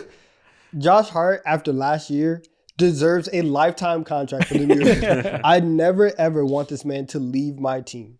He's not going anywhere. Okay. Okay. It's not happening. Fair enough. So don't ask. All right. Don't bring it up ever again. Damn. All right, just a TikTok. Shit. 2015 JJ Redick on the Clippers. This is. Oh, I love this pick, bro. Dangerous white man here. Definitely. So would you bench Norman Powell? At his peak, he was an 18-point per game scorer, bro. Norman Powell was playing at like all-star levels early. He was getting. I don't know if you can bench Norman Powell. I don't know if you can bench Norman Powell. Fuck. No, I'm gonna do it. I think his ability to play off ball and just run around, right, with James Harden being the orchestrator. Yeah, I like that. But you lose a sense of creation, though. If You're take out Norman playing Powell. James Harden basketball. Kawhi's back. You got plenty of creation. Hey, I'm not going to argue against JJ Redick, bro. That's a fun one. Who's better, JJ Redick or Norm Powell? I think he would admittedly say, yeah, Norman Powell got it on this one. Do you think so? Yeah, it's simply because of the creation. I've seen Norman Powell be able to get some shit off on his own. He's JJ's not a like- sniper though. Like He is a sniper, but so is Norman Powell. He's a fucking flamethrower this year. I need somebody to ask JJ Redick right now if he would start on the Clippers. I'm going with JJ Redick. That's what I'm going with. I really do think that his movement, when you have Kawhi and you have James Harden, Yeah. you already know what's about to happen. Because Kawhi isn't crazy off ball. James Harden, is not crazy off ball. You need somebody who can be out there running around, getting hella cardio, and catching the ball off screens and stuff. I'm going with JJ. Obviously, JJ's a better shooter. Okay. He's one of the greats of all time. I can't be mad at that, but this dude, Norman Powell, is shooting 42% from 3 on like 7 attempts. He's also a great shooter, having a great year. It's tough. Derek Fisher on the Lakers. Is Derek Fisher, Bringing them jerseys back. is he 6'4"? Incorrect. Is he bringing them jerseys back with him? Nope. Can't play. Fuck no. Can't Fuck out of play. here. I'm sorry. You're not allowed in the facility, buddy. Get sorry. out of here. Your wristband expired. Don't work. Damn. No respect for one of the greatest Lakers role players of all time? Nah. Sorry, buddy. He's not. Listen, can he be on the team? Yes, he can. You can have Gabe Vince's spot in a heartbeat. Absolutely. He for sure can do that. Wait, can However, he? he's not a big. Can he? Gabe Vince. Hey, Derek Fisher's clutch. He has is. that. He's clutch. That's what I'm saying. He could be on the team. I don't think he could start though. Okay. You're not gonna bench Austin Reeves for him, so you're not gonna bench the best white boy in the game. So 2010 Andrew Bogut on the Bucks. They need anybody. Yes, he can start. Oh my God. So you'd rather have his low post scoring, his defense, than Brook Lopez's spacing? Why I gotta pick? Why I gotta pick? You put Giannis in the 3? Yep. Fuck Just you. big. Get Kyle Kuzma out of here. Have 3 bigs. Just big. I'm putting Giannis at the 3, Brook Lopez at the 4, Bogut at the 5. We're keeping Torian Prince at the 2. You keeping Torian? That is the slowest foot speed team of all at the time. 2, That team is so slow. we're gonna hold hands, and you're not we're gonna hold hands around the 3 We're point in the line. meanest zone. You saw what Sengun and Steven Adams are doing? We're doing that. Exactly. Andrew Bogut get ready to speak offensive rebound. I love that game. Keep him. Him and Giannis is interesting. But I probably wouldn't be very good. Pre-injury, Andrew Bogut, yeah, Great. The defense would be crazy. disgusting. 2009 Shaq on the Suns. Yes, he can start over Nick Richards. Yes, absolutely. No disrespect, but like, come on. What you mean? Like, No disrespect. I could have Bridges said is anybody, and we would have put them on the Suns. The Suns can need all the help they can get. Even an old Shaq will do. good. Shit, And bro. this was the last version of Shaq that was like semi decent. Yeah, he averaged like 18 points per game. Brother, show me Milos Teletovic. I'm taking Milos as well, bro. Sorry. Bro, the Suns need all the help they can get. You show me Tyler Eulis, he could start. All right. 2018 Kyrie on the Celtics today. Do you want that scoring punch or the defense all around? Now, 2018 Kyrie was not one of the best versions of Kyrie. I think that was yes, it was. He was defending, he was passing. That's the most all around version of Kyrie you've ever cover seen. of 2K Kyrie Irving. I'm getting it confused with 2017 Kyrie. Whoopsies. Either way, 2017 Kyrie was a 2017 monster. is nasty. Celtics Kyrie was good. That was the best passing he's ever had by far. Brad Stevens had him defending. But is it one too many pieces to mess up a good formula? I mean, we saw that before. That We did. It was one too many. We saw pieces. him with these two wings. They were a little bit younger. But the type of defense that Derek White playing is different. It's a sacrilegious to pick Derek White over Kyrie. First of all, I've been trying to tell y'all about Derek White over Kyrie Irving for months now, years even. So you're gonna stand on it? 2018 Kyrie Irving, and he'll say this himself. Mentally, wasn't in the space to be, Mr. Team Forward, Mr. Rara. No, you're gonna mess up a good thing. He can't start here. You won a championship. Why You change it? can't go home, but you can't be here. You're going to look the camera in the eye and say you're picking Derek White over Kyrie I've done it before, and I'll do it again. Give me Derek White. You're disgusting. Jeremy Lin, but Linsanity Jeremy Lin on the Knicks. So you get two Jalen Brunsons? Who's he starting over? Don't you ever disrespect Jalen Brunson like that. Don't But you it's ever do that. Linsanity Jeremy Lin for those 2 weeks. He's a god. Those 2 weeks are crazy. You want to What? bench Josh Hart for him? What did I tell you earlier about Josh Hart? Like, he's not going anywhere. This man would take a bullet for Josh Hart. I'm convinced. Don't stop it. Don't disrespect Jalen. He's not starting. He's not. Jeremy Lin is not starting over Jalen Brunson. It's not going to happen. Ow. No one said Jalen Brunson. Over who? Mikal Josh Bridges. Hart. Josh No. Hart. No, it's not going to happen. Mikal Bridges. No. I mean, it is a pause, but Yeah. but no. Neither That's are the last playing one. Defense. Who cares? And that's the end of this episode. If people are still here, comment, Donovan would take a bullet for Josh Hart. And comment, would you take a bullet for Josh Hart? Do And you I love would. Josh Hart like that? I would. And with that being said, we'll see y'all next week as we continue what should be a crazy season of NBA playoff coverage. Shout out to the Man. roommates. Damn. Historic stuff. Current leaders, we out. Crayon Okay. drop.